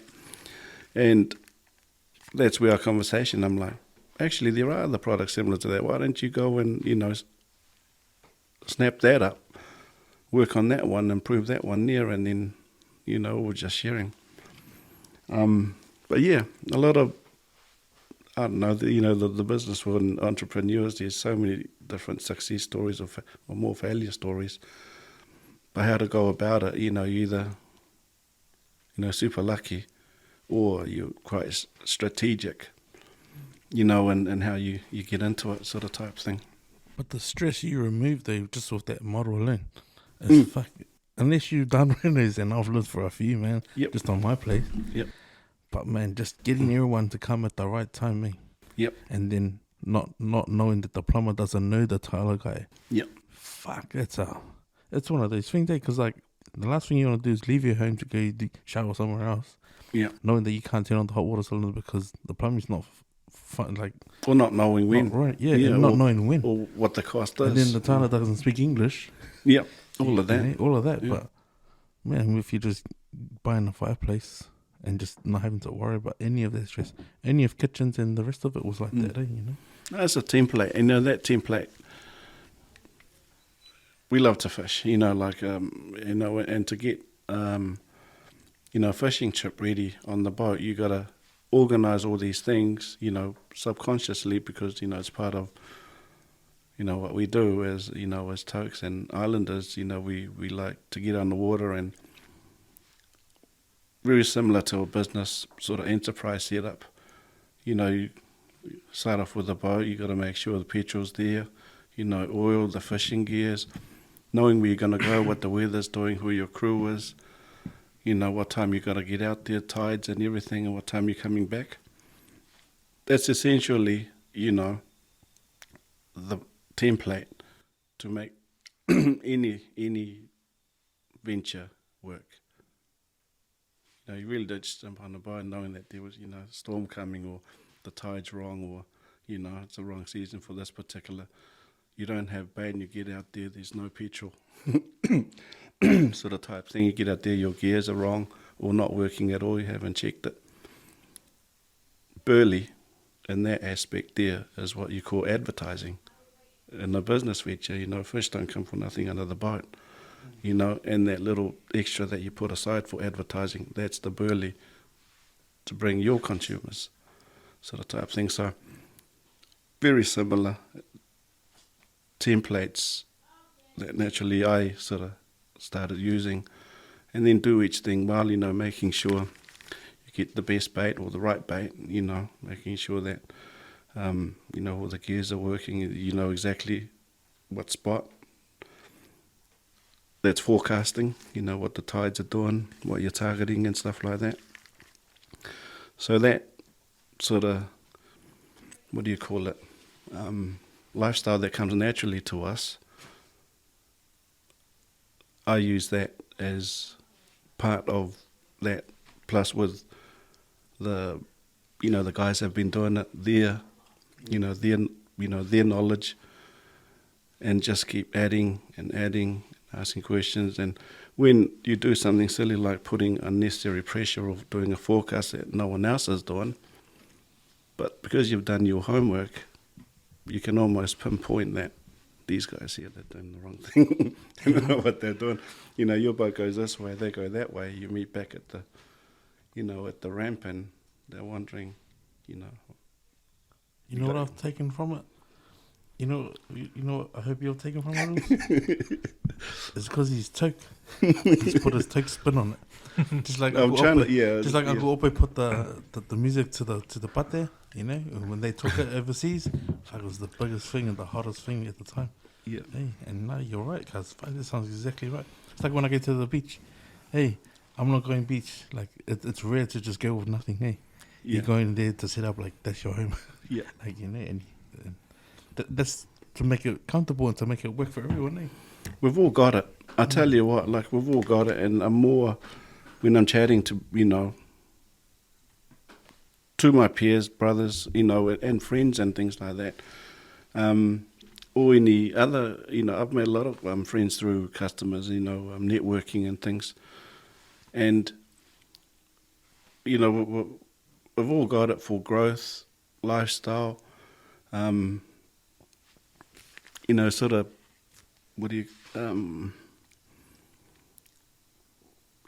to take yourself and your family, I guess, down,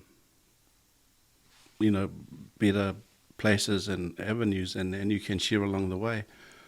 But what holds them back? I think what holds them back is you become a habit. You end up falling back to what your individual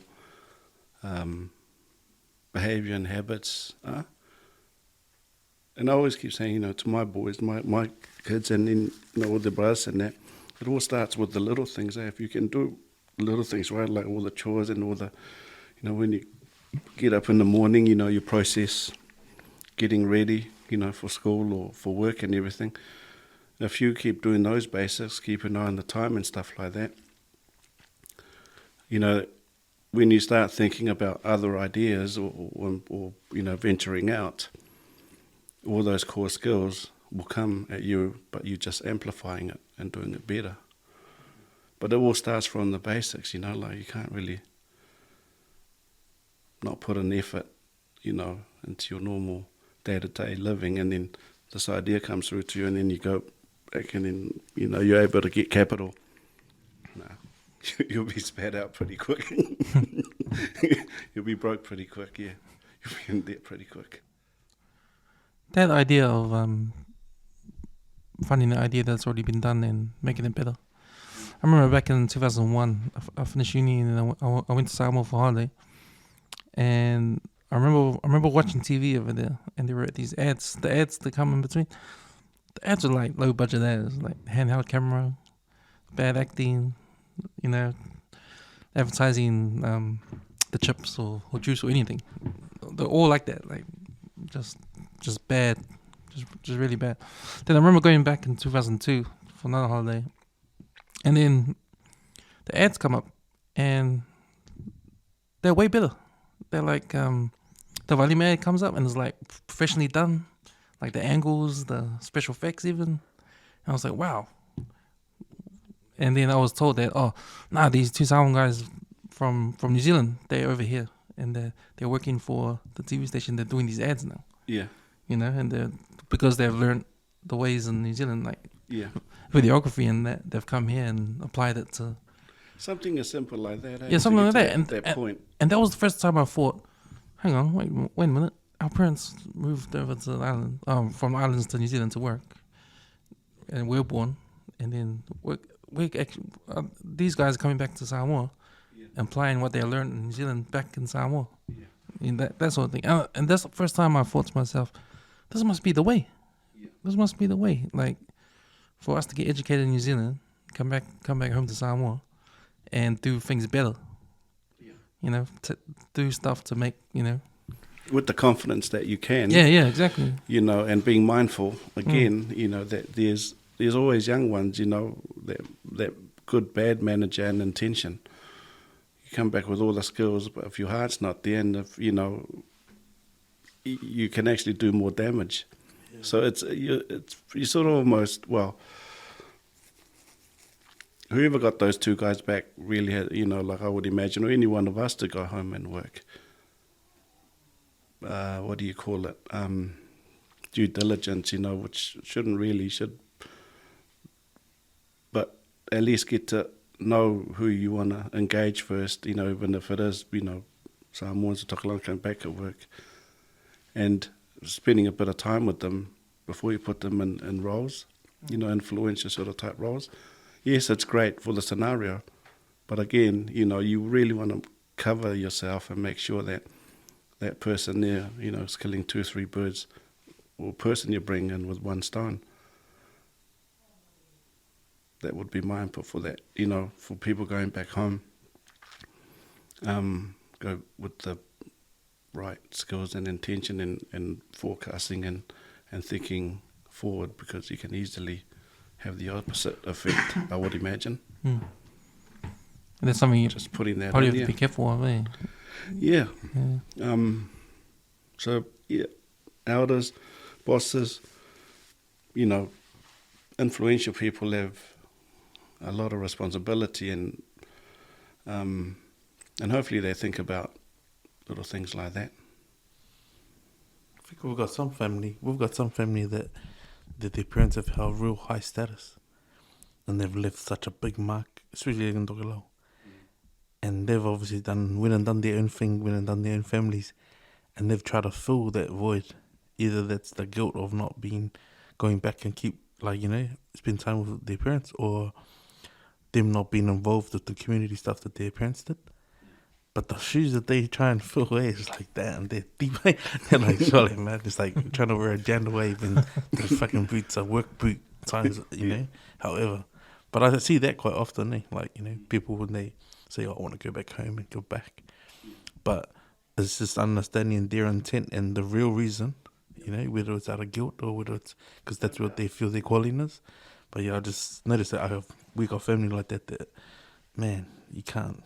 That wasn't just built in a night, that's years of dedication and sacrifice. Yeah. For me, when I think about it, I've been to Samoa more recently, and I actually stayed and worked there. But for me, it's like the islands. To me, man, you guys know it's paradise. Why would you want to go work here and the rat race, or go relax in the back of the islands and at the beach? Just no stress. Have a good life there. To me, that sounds like perfect. Why wouldn't we want to do that? Entrepreneurs, I think they want to make a difference to the world, hence putting in everything, and they generally do put in everything, and to become one, you sort of got to, what do you call it?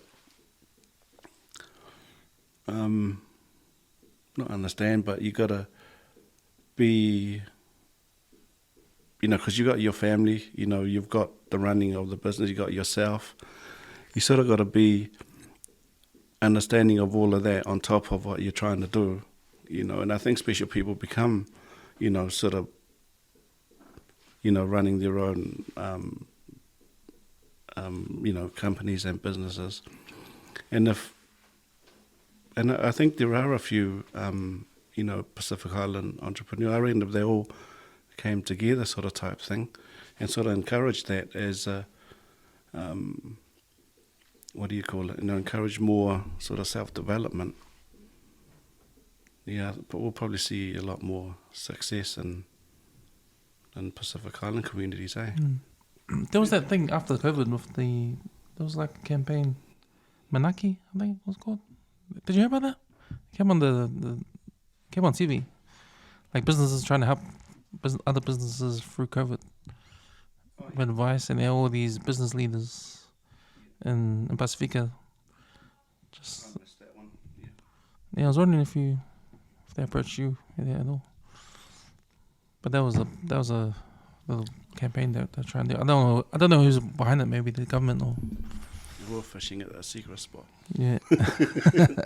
Guaranteed. And on top of that, well, for me anyway, is having a solid support, and family. My wife Julia, and I've got 2 boys.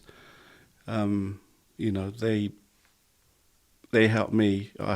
They help me by doing, well what they do. Julia's a deputy principal at a school, and my older boy John, he's at high school, and Orion, he's at Julia's school. But they how stressful one can be, if things at home aren't sort of, working well or going to plan, something, kids playing up, or, mum's not happy with anything, and, arguing or not on the same page. It can really dent or can really ruin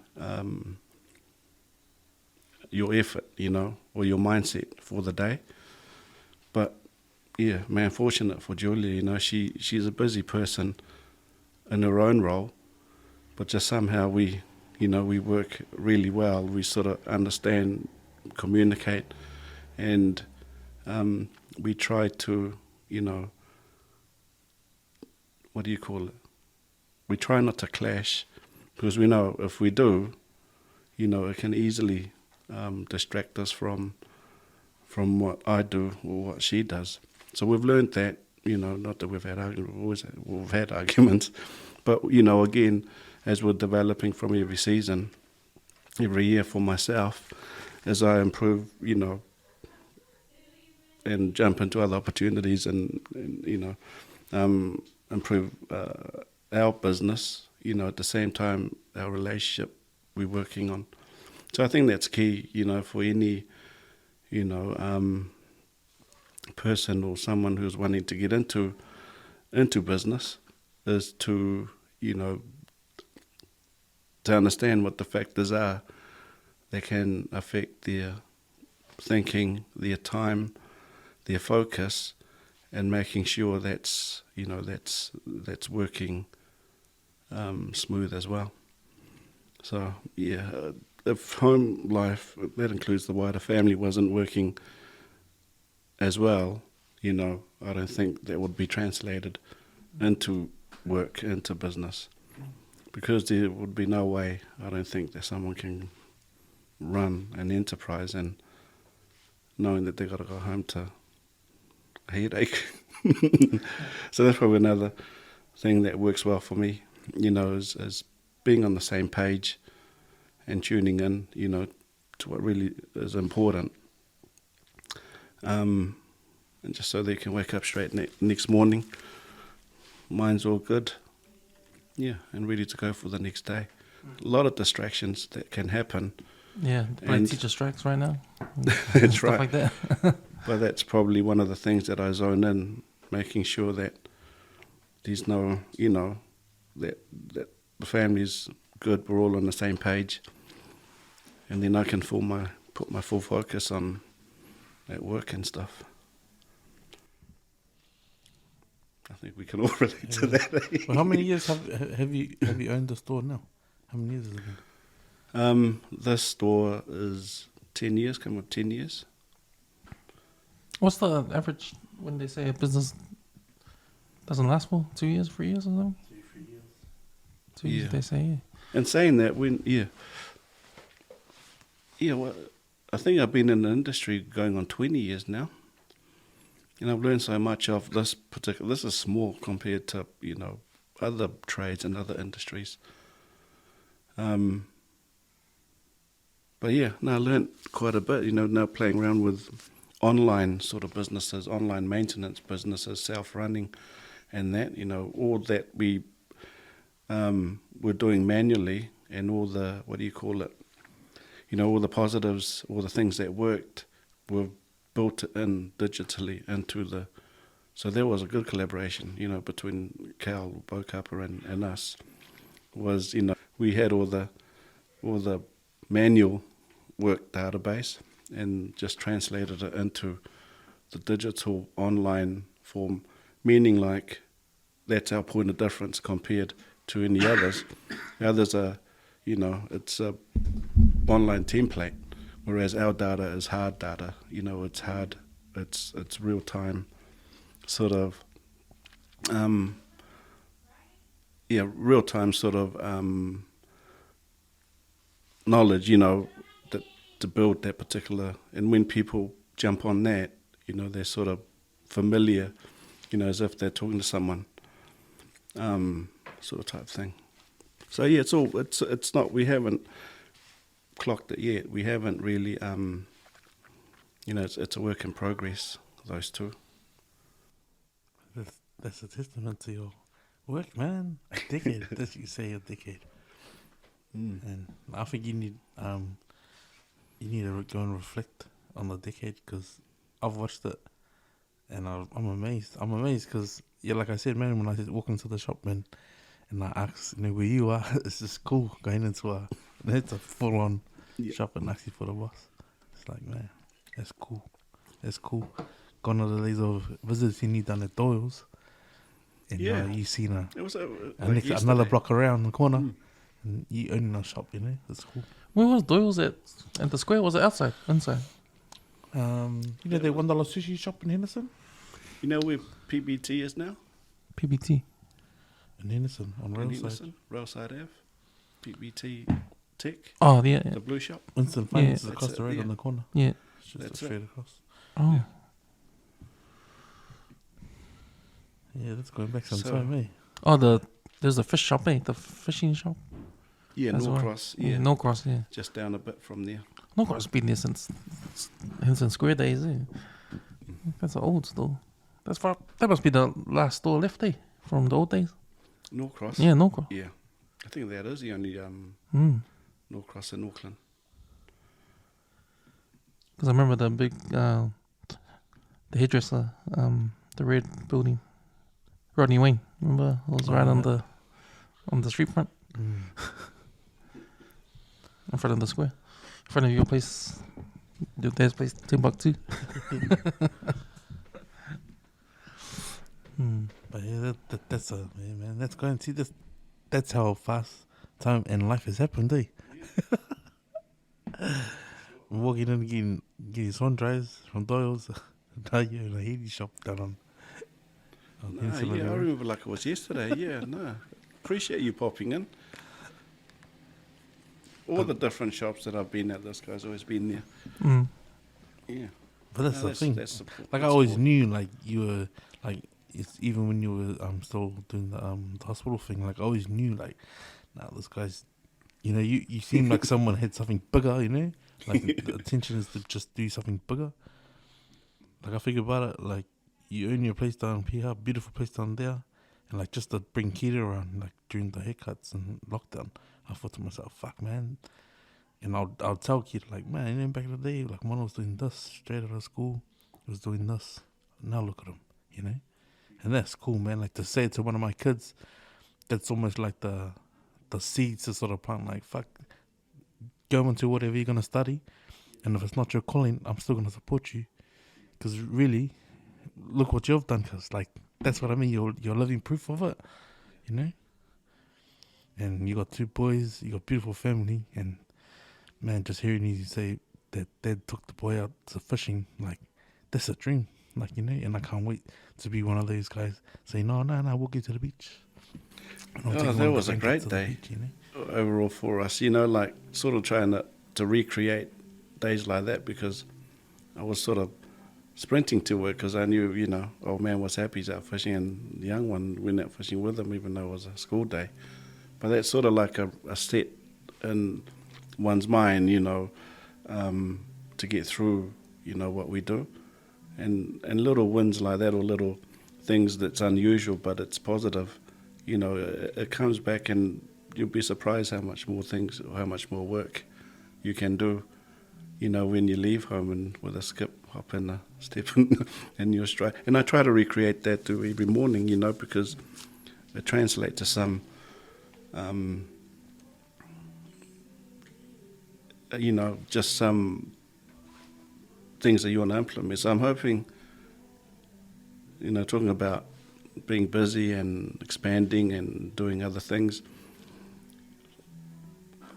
you know, it'd be great, you know, do a part 2 chat podcast, because this is, I'm stepping into another phase in entrepreneurship, totally separate from, you know, my work here, totally separate industries, and it's international as well. And I'm about to, you know, get right into that. It'll be, love to share with you guys here how I track. I mean, 10 years of this, and this year will be fast and furious, and how we sort of forecasting it, it's like, it's over my mind. Like, if we have a chat on this one, I'll mention it. But it's, it'll keep me busy as long as I retain, you know, the core things that I've learnt over the last 10 years. That's the only way I can practice this 10 years, implement it in this. So I say it's going to be fast and furious, because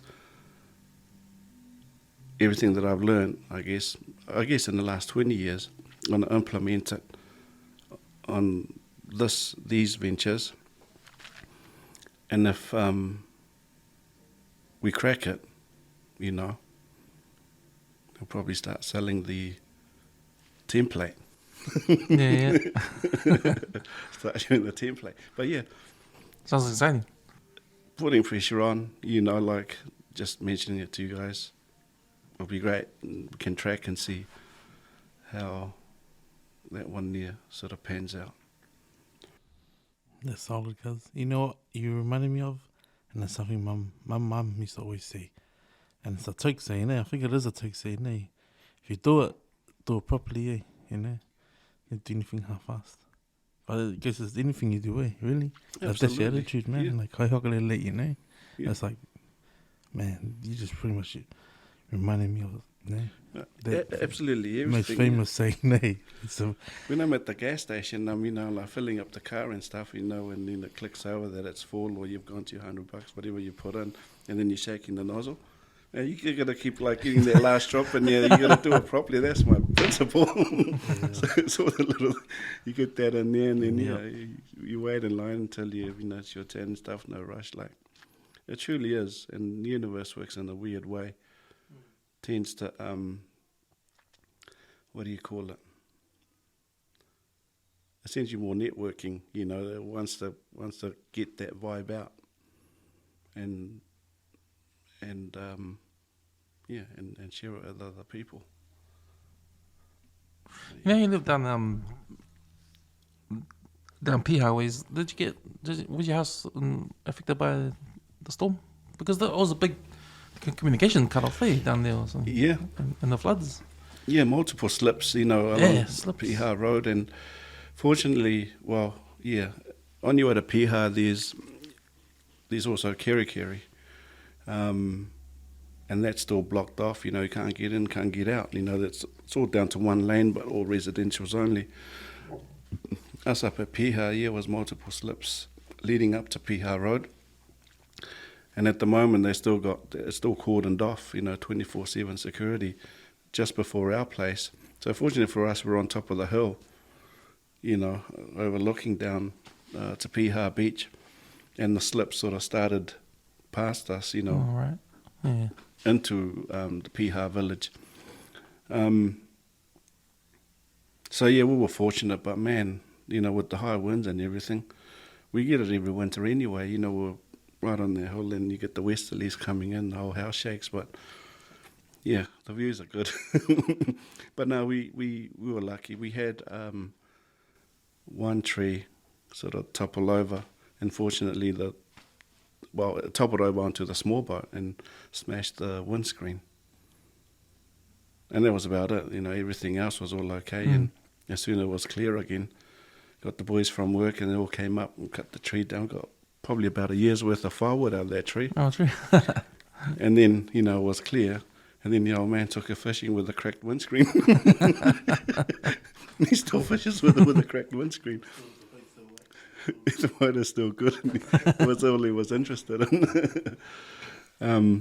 But roads were blocked. Normally it takes me, 15, 20 minutes to get rolling down from the hill to Henderson to work. But that was blocked off. We had to go through Scenic Drive to hang up Bethel's, Waitakere Road, just to get to Henderson, almost an extra hour. Oh, shucks. But it's down to one lane now, so we can come back the normal way. But it was a bit messy, the roads and that. On the day after, the neighbours, because we were at the top, everyone was blocked off. No, the roads were blocked off, all the trees down. We got out there with chainsaws and stuff, and the kids, all clearing the road so we can get out of Piha Road and get some free firewood. It was a big mess.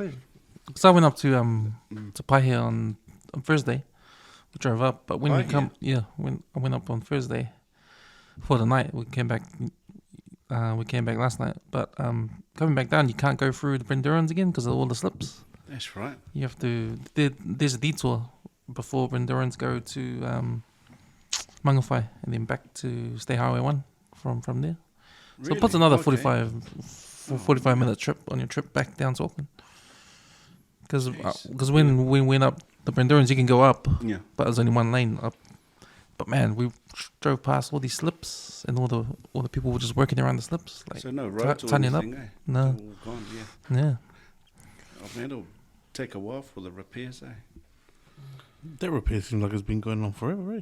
Yeah. It's going back a couple of years almost. From the first time, it was like almost a couple of years from when the runway flooding, eh? All that rain happened, all that slip road.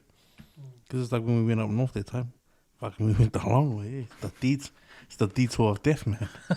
Shit. Get all the way to, Wellsford, then have to take the 16 all the way back west just to come out a couple of k's from where the Wellsford was closed. Fuck. Then you got to Waihora, fuck, it was the same. It's like, gaffs, man. Yeah. Shambles. No.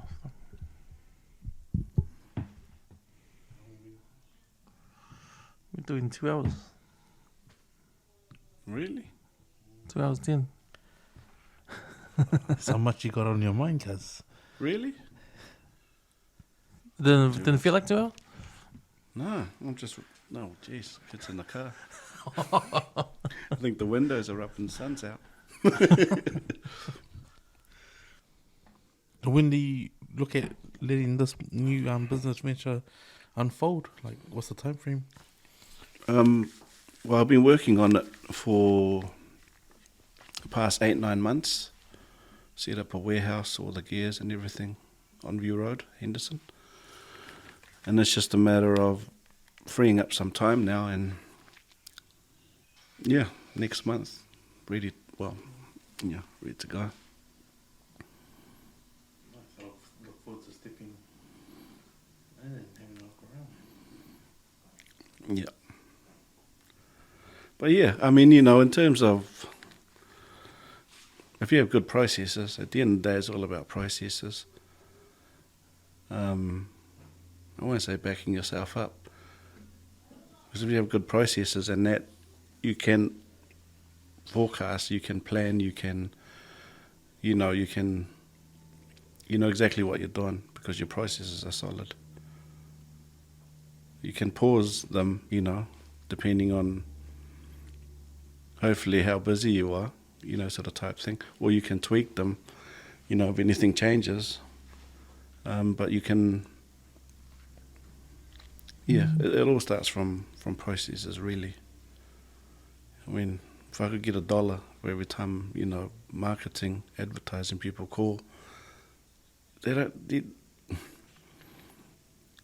like, you know your market, if you're around long enough, where it needs to be sort of directed. But man, they think they know it all, eh? Con artists.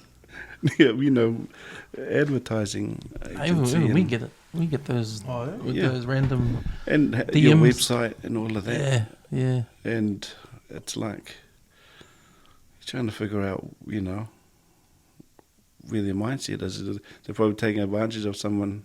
I don't know. That's why they start off because we get some DMs from these people that start off. Oh, I'm with this blah blah blah marketer. We can market your content to get more followers. Blah blah blah. But it's like, man, you don't even know who I am. You just randomly send this out to 100 people. The same message. How do you know what my market is? Sort of thing. Word of mouth is still the most powerful way. Yep. Networking, word of mouth. Not being patient, but oh man, when you need it to rain, it'll come.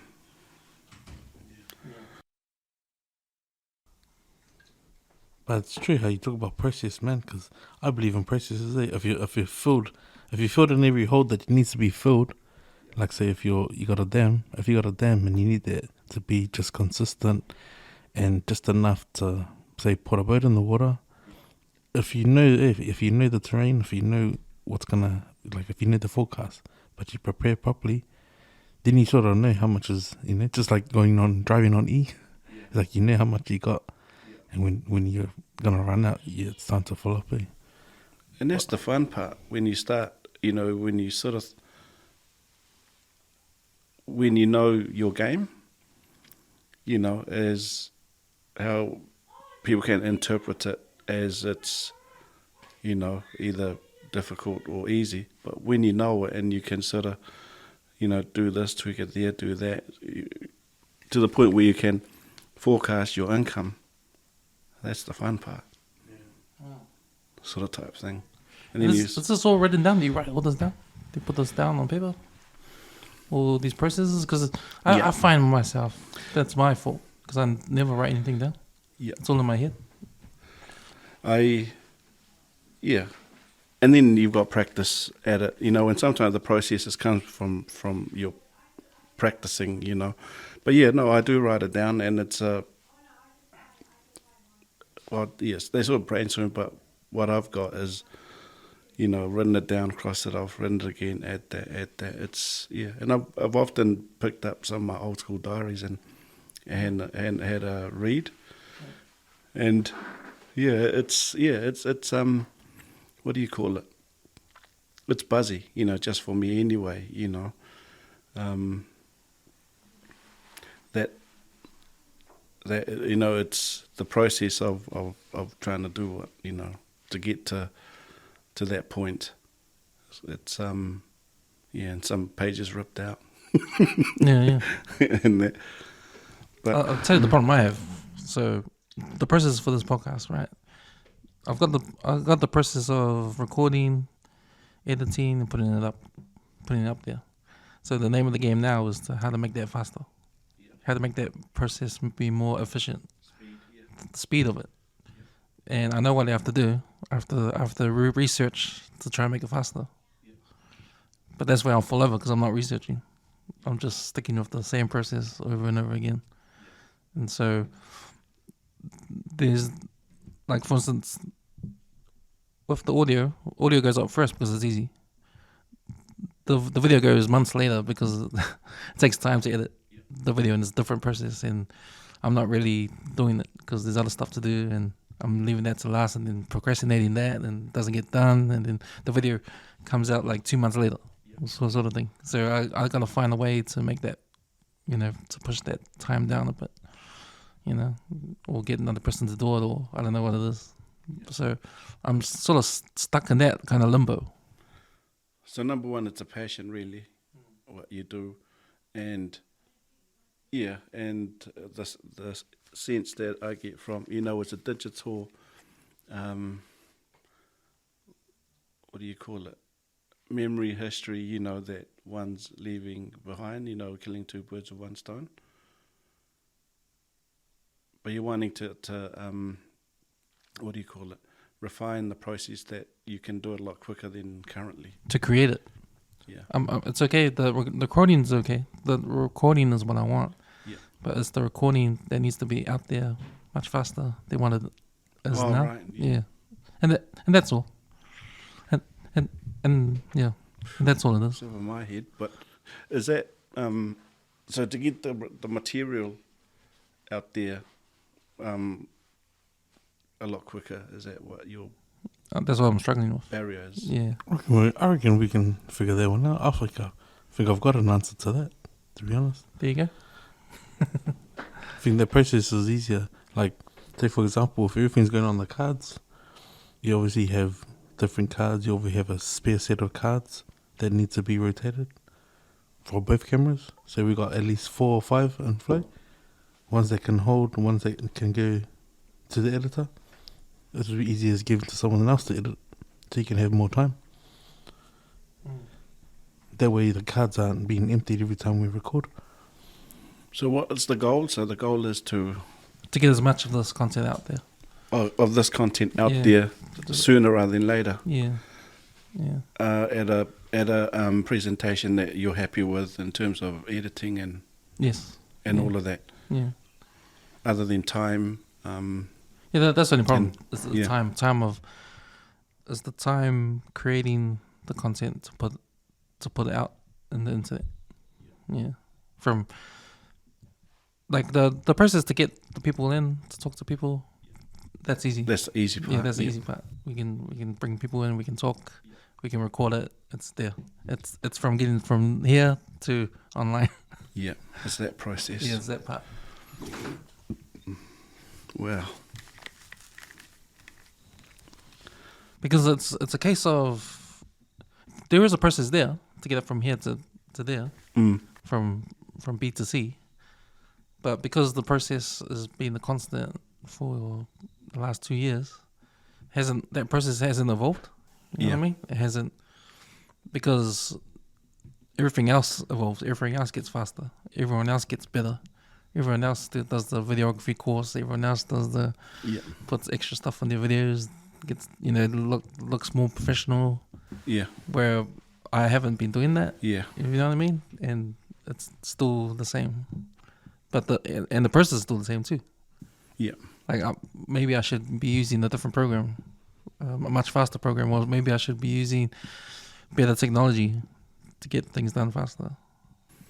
So it's that kind of stuff. It's me researching that Well, whole part of it. maybe you don't compare yourself so much to what the others and how they, doing their ones. But is speed a factor for you in getting the material out? Is that? I think it is now because there's so much content now. Because this is not the only podcast we do. Yeah. We do. So we've got other ones as well. We've got online podcasts.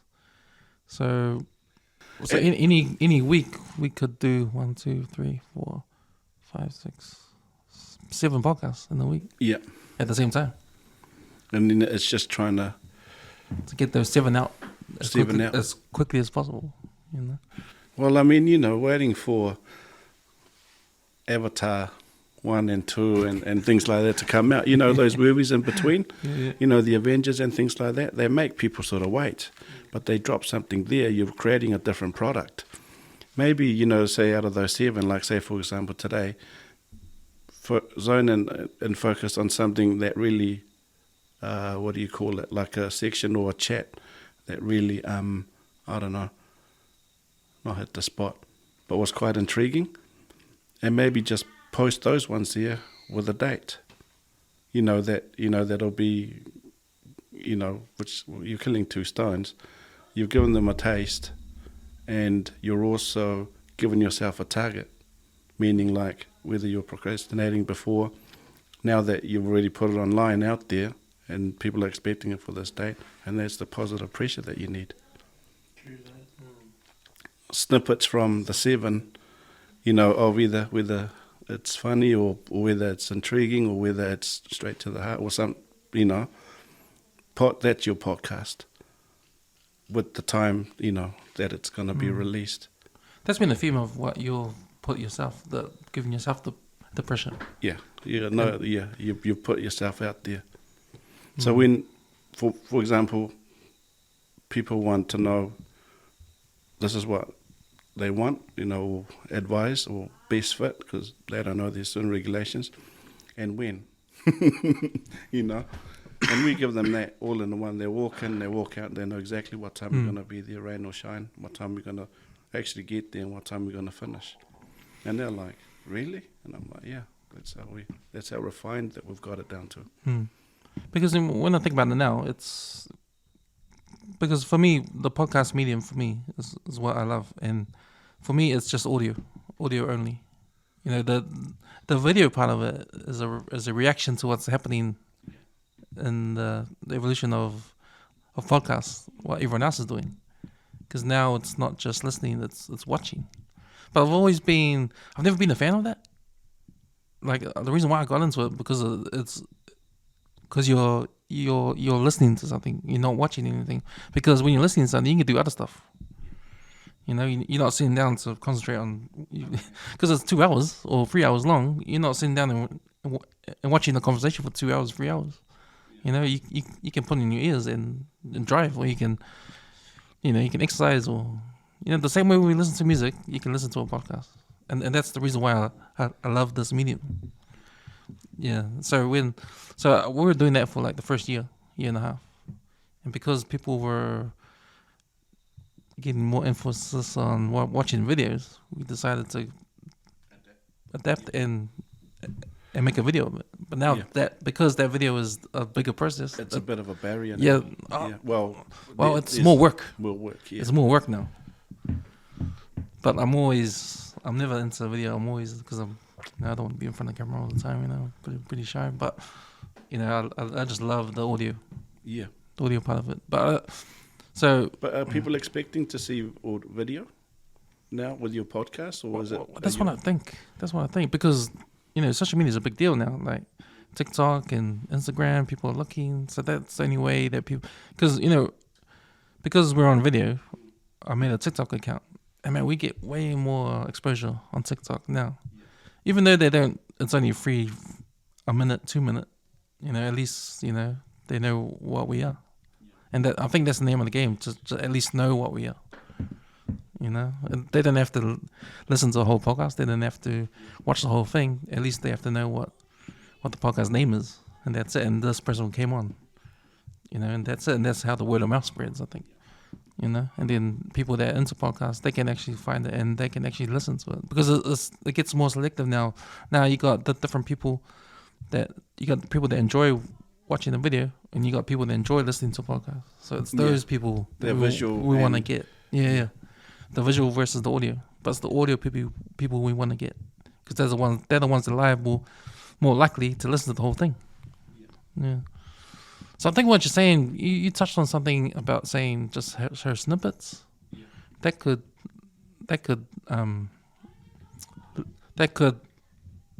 lessen the process if we just use the video for snippets only and put them on social media, and the whole podcast is on audio. Or do what I've seen is people, they make, if what I've seen is people do 3-hour podcasts. They just do an hour on video, and at the end of the video, they say, "Oh, if you want to listen to the rest, go to the podcast." Yeah. It's that sort of thing. Or people with a lot of resources behind them, they just put the whole thing on video, put the whole thing on audio. So it's yeah. So yeah, it is taking over, and that's the thing. Like I work 9 to 5, so I've only got the time I have after work. So and it's that's coming into play as well. It's like the more I'm in the We're brainstorming really. Yeah. Let's we can sit on and see how how we can network and share some ideas and things. Okay, so I think I got the gist of it. Yeah. The other let's see if there's other avenues that you can take advantage of. But I think what what we're talking about is the process. Like that's like everybody's got a different process, and if you understand the process, if you look at the process, how can you make the process better? How can you make things faster, more efficient? Then that's the right way of doing things, I guess. And for you have your own process, like you're constantly evolving it, going off the times. I think that's a secret to success. Success sometimes is to understand that whole process there. Yeah, I think that broken up too also is like, if like say our catch market is we're trying to go audio, we already know audio is doable because you just load it. But if we start splitting, it's the audio video way. So if we're posting to the YouTube channel, like I think overall that's the only one you need to refine and get down to a TA. So then there has to be not to say anything bad about the other parts, but there has to be one of them that has to take the back burner. One has to be the forefront. So the energy's got to go into the big one. Because if I think about it at work, it's like if there's the one seller that's selling, that's the one that has to have all the energy poured into. And if you can just nail down that time into how much time you're editing, we just gotta. You need the help. Like I always say, man. Last one you want, you spending most of the time your time doing those editing. So maybe we do need the help. Someone else to jump on and give you the break from it. And do you have editors? Do you know anyone, or would you trust anyone, or confident in anyone who can do that, or do you have to? See, I haven't tried yet. I haven't tried to know that. So maybe it's time I need to. Yeah, I mean, there's probably a few guys that you can easily approach. Fun. This is fun. Yeah. Yeah, no, exciting stuff. Stuff like this, that keeps me, this kind of chat. So it all started with chats like this, really. My next ventures all started like chats like this, and then you sort of wonder how people run into you, when opportunities and things like this. And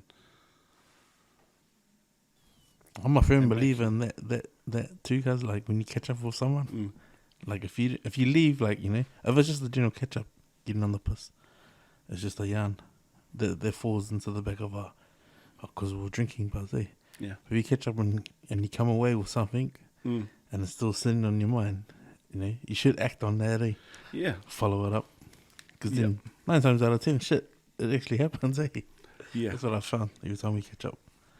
No, absolutely.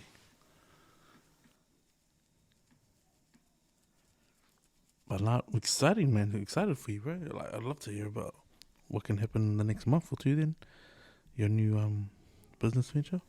Man, I mean, with how things pan out, like my neck hurts. Like, what are you doing? But it's growth, living, and just doing what you can with your own resources and sort of type thing. And I encourage it to any of the, had spent a day at my mum's yesterday with family having, it was a family barbecue catch up. My brother's going back to the States,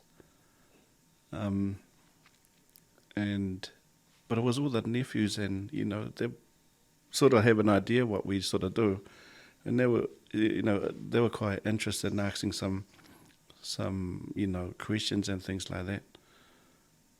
Yeah, so just sharing and chatting, sparking up anyone that you run into, sort of type thing,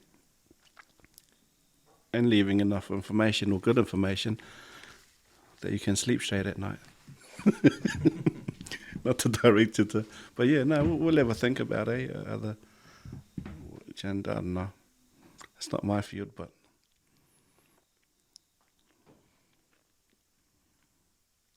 chat to Cal. Shout out to Callum. He came on the podcast too. Yeah. Yeah. Because we went to school with him. Oh yeah. Yeah. Same year at school. Nah, he's gold.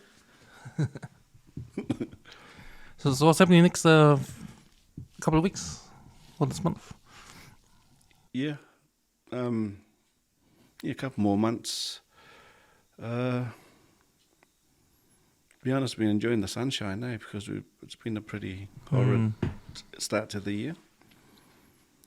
But work-wise, we're just getting ready for what I call the private season or the nutty season, and just getting that all ready, making sure the guys are all good, vehicles and stuff like that, and then we've got head down bum up probably for a good 5 months with, there was a backlog from last year as well. So little things like that, just making sure that everyone's all good. We have access to stock and things.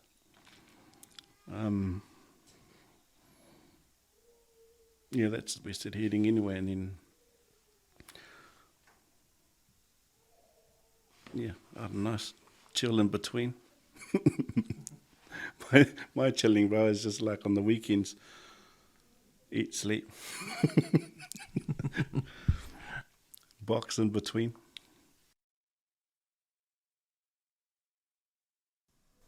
No, shockers, man. Thanks for coming in to share, man. I mean, I don't think you, like I said, reflecting is like something like, it's probably the only way you're going to know you're going to grow from a certain position there, like up to this point. So I look forward to having another chat about this business venture a couple of years. One thing with you, Falette, appreciate you, and your timing is always impeccable. You always seem to come in. When I'm trying to do something. Oh man! But I mean that's the beauty and sort of following up, eh? Like I don't know if you lockdown, like you actually how's things, how's the work and stuff, and it was torture, eh? I mean it was torture with mum's health. But also being essential. It's like, fuck. But when he said he's essential as well. But, it's you're one of those cousins I'll always be proud of because, man, there's not many of our family, you know what I mean? That are like homeowners and can say that they've worked for something, put all their energy into doing, something, you're going to give 100%. Yeah. Like I'm still waiting, but I'm still in that process of like owning my own barbershop and putting all my effort into it. For now, it's just just when I want, Yeah. And it's but I look forward to like being semi-retired, almost old. There you go. Holding the clippers. There you go. But I'm also grateful for this guy too, man. Like just allowing us to bring people on and sharing these stories because there's one thing Cam is doing is like. He's putting the West Auckland flag, especially for our hood, man. There's not enough of these guys. Yeah. Just how things pan out, sort of got to recognise. Just recognise moments and opportunities and things. It'll probably take me a while, for to absorb, today, and I really appreciate, coming in today. But without thinking too hard, there's always a message there somewhere that you can take a positive out of and work with and run with in between. So we'll just see what comes out of it. But yeah, always you gotta stay positive and try and if there's anything negative, try and even it out, just so you can stay sharp. You don't miss an opportunity when it does come. And sure, it'll come like a thief in the night. Thanks, Will. Shout for coming. No, appreciate you, fun. man. Cheers.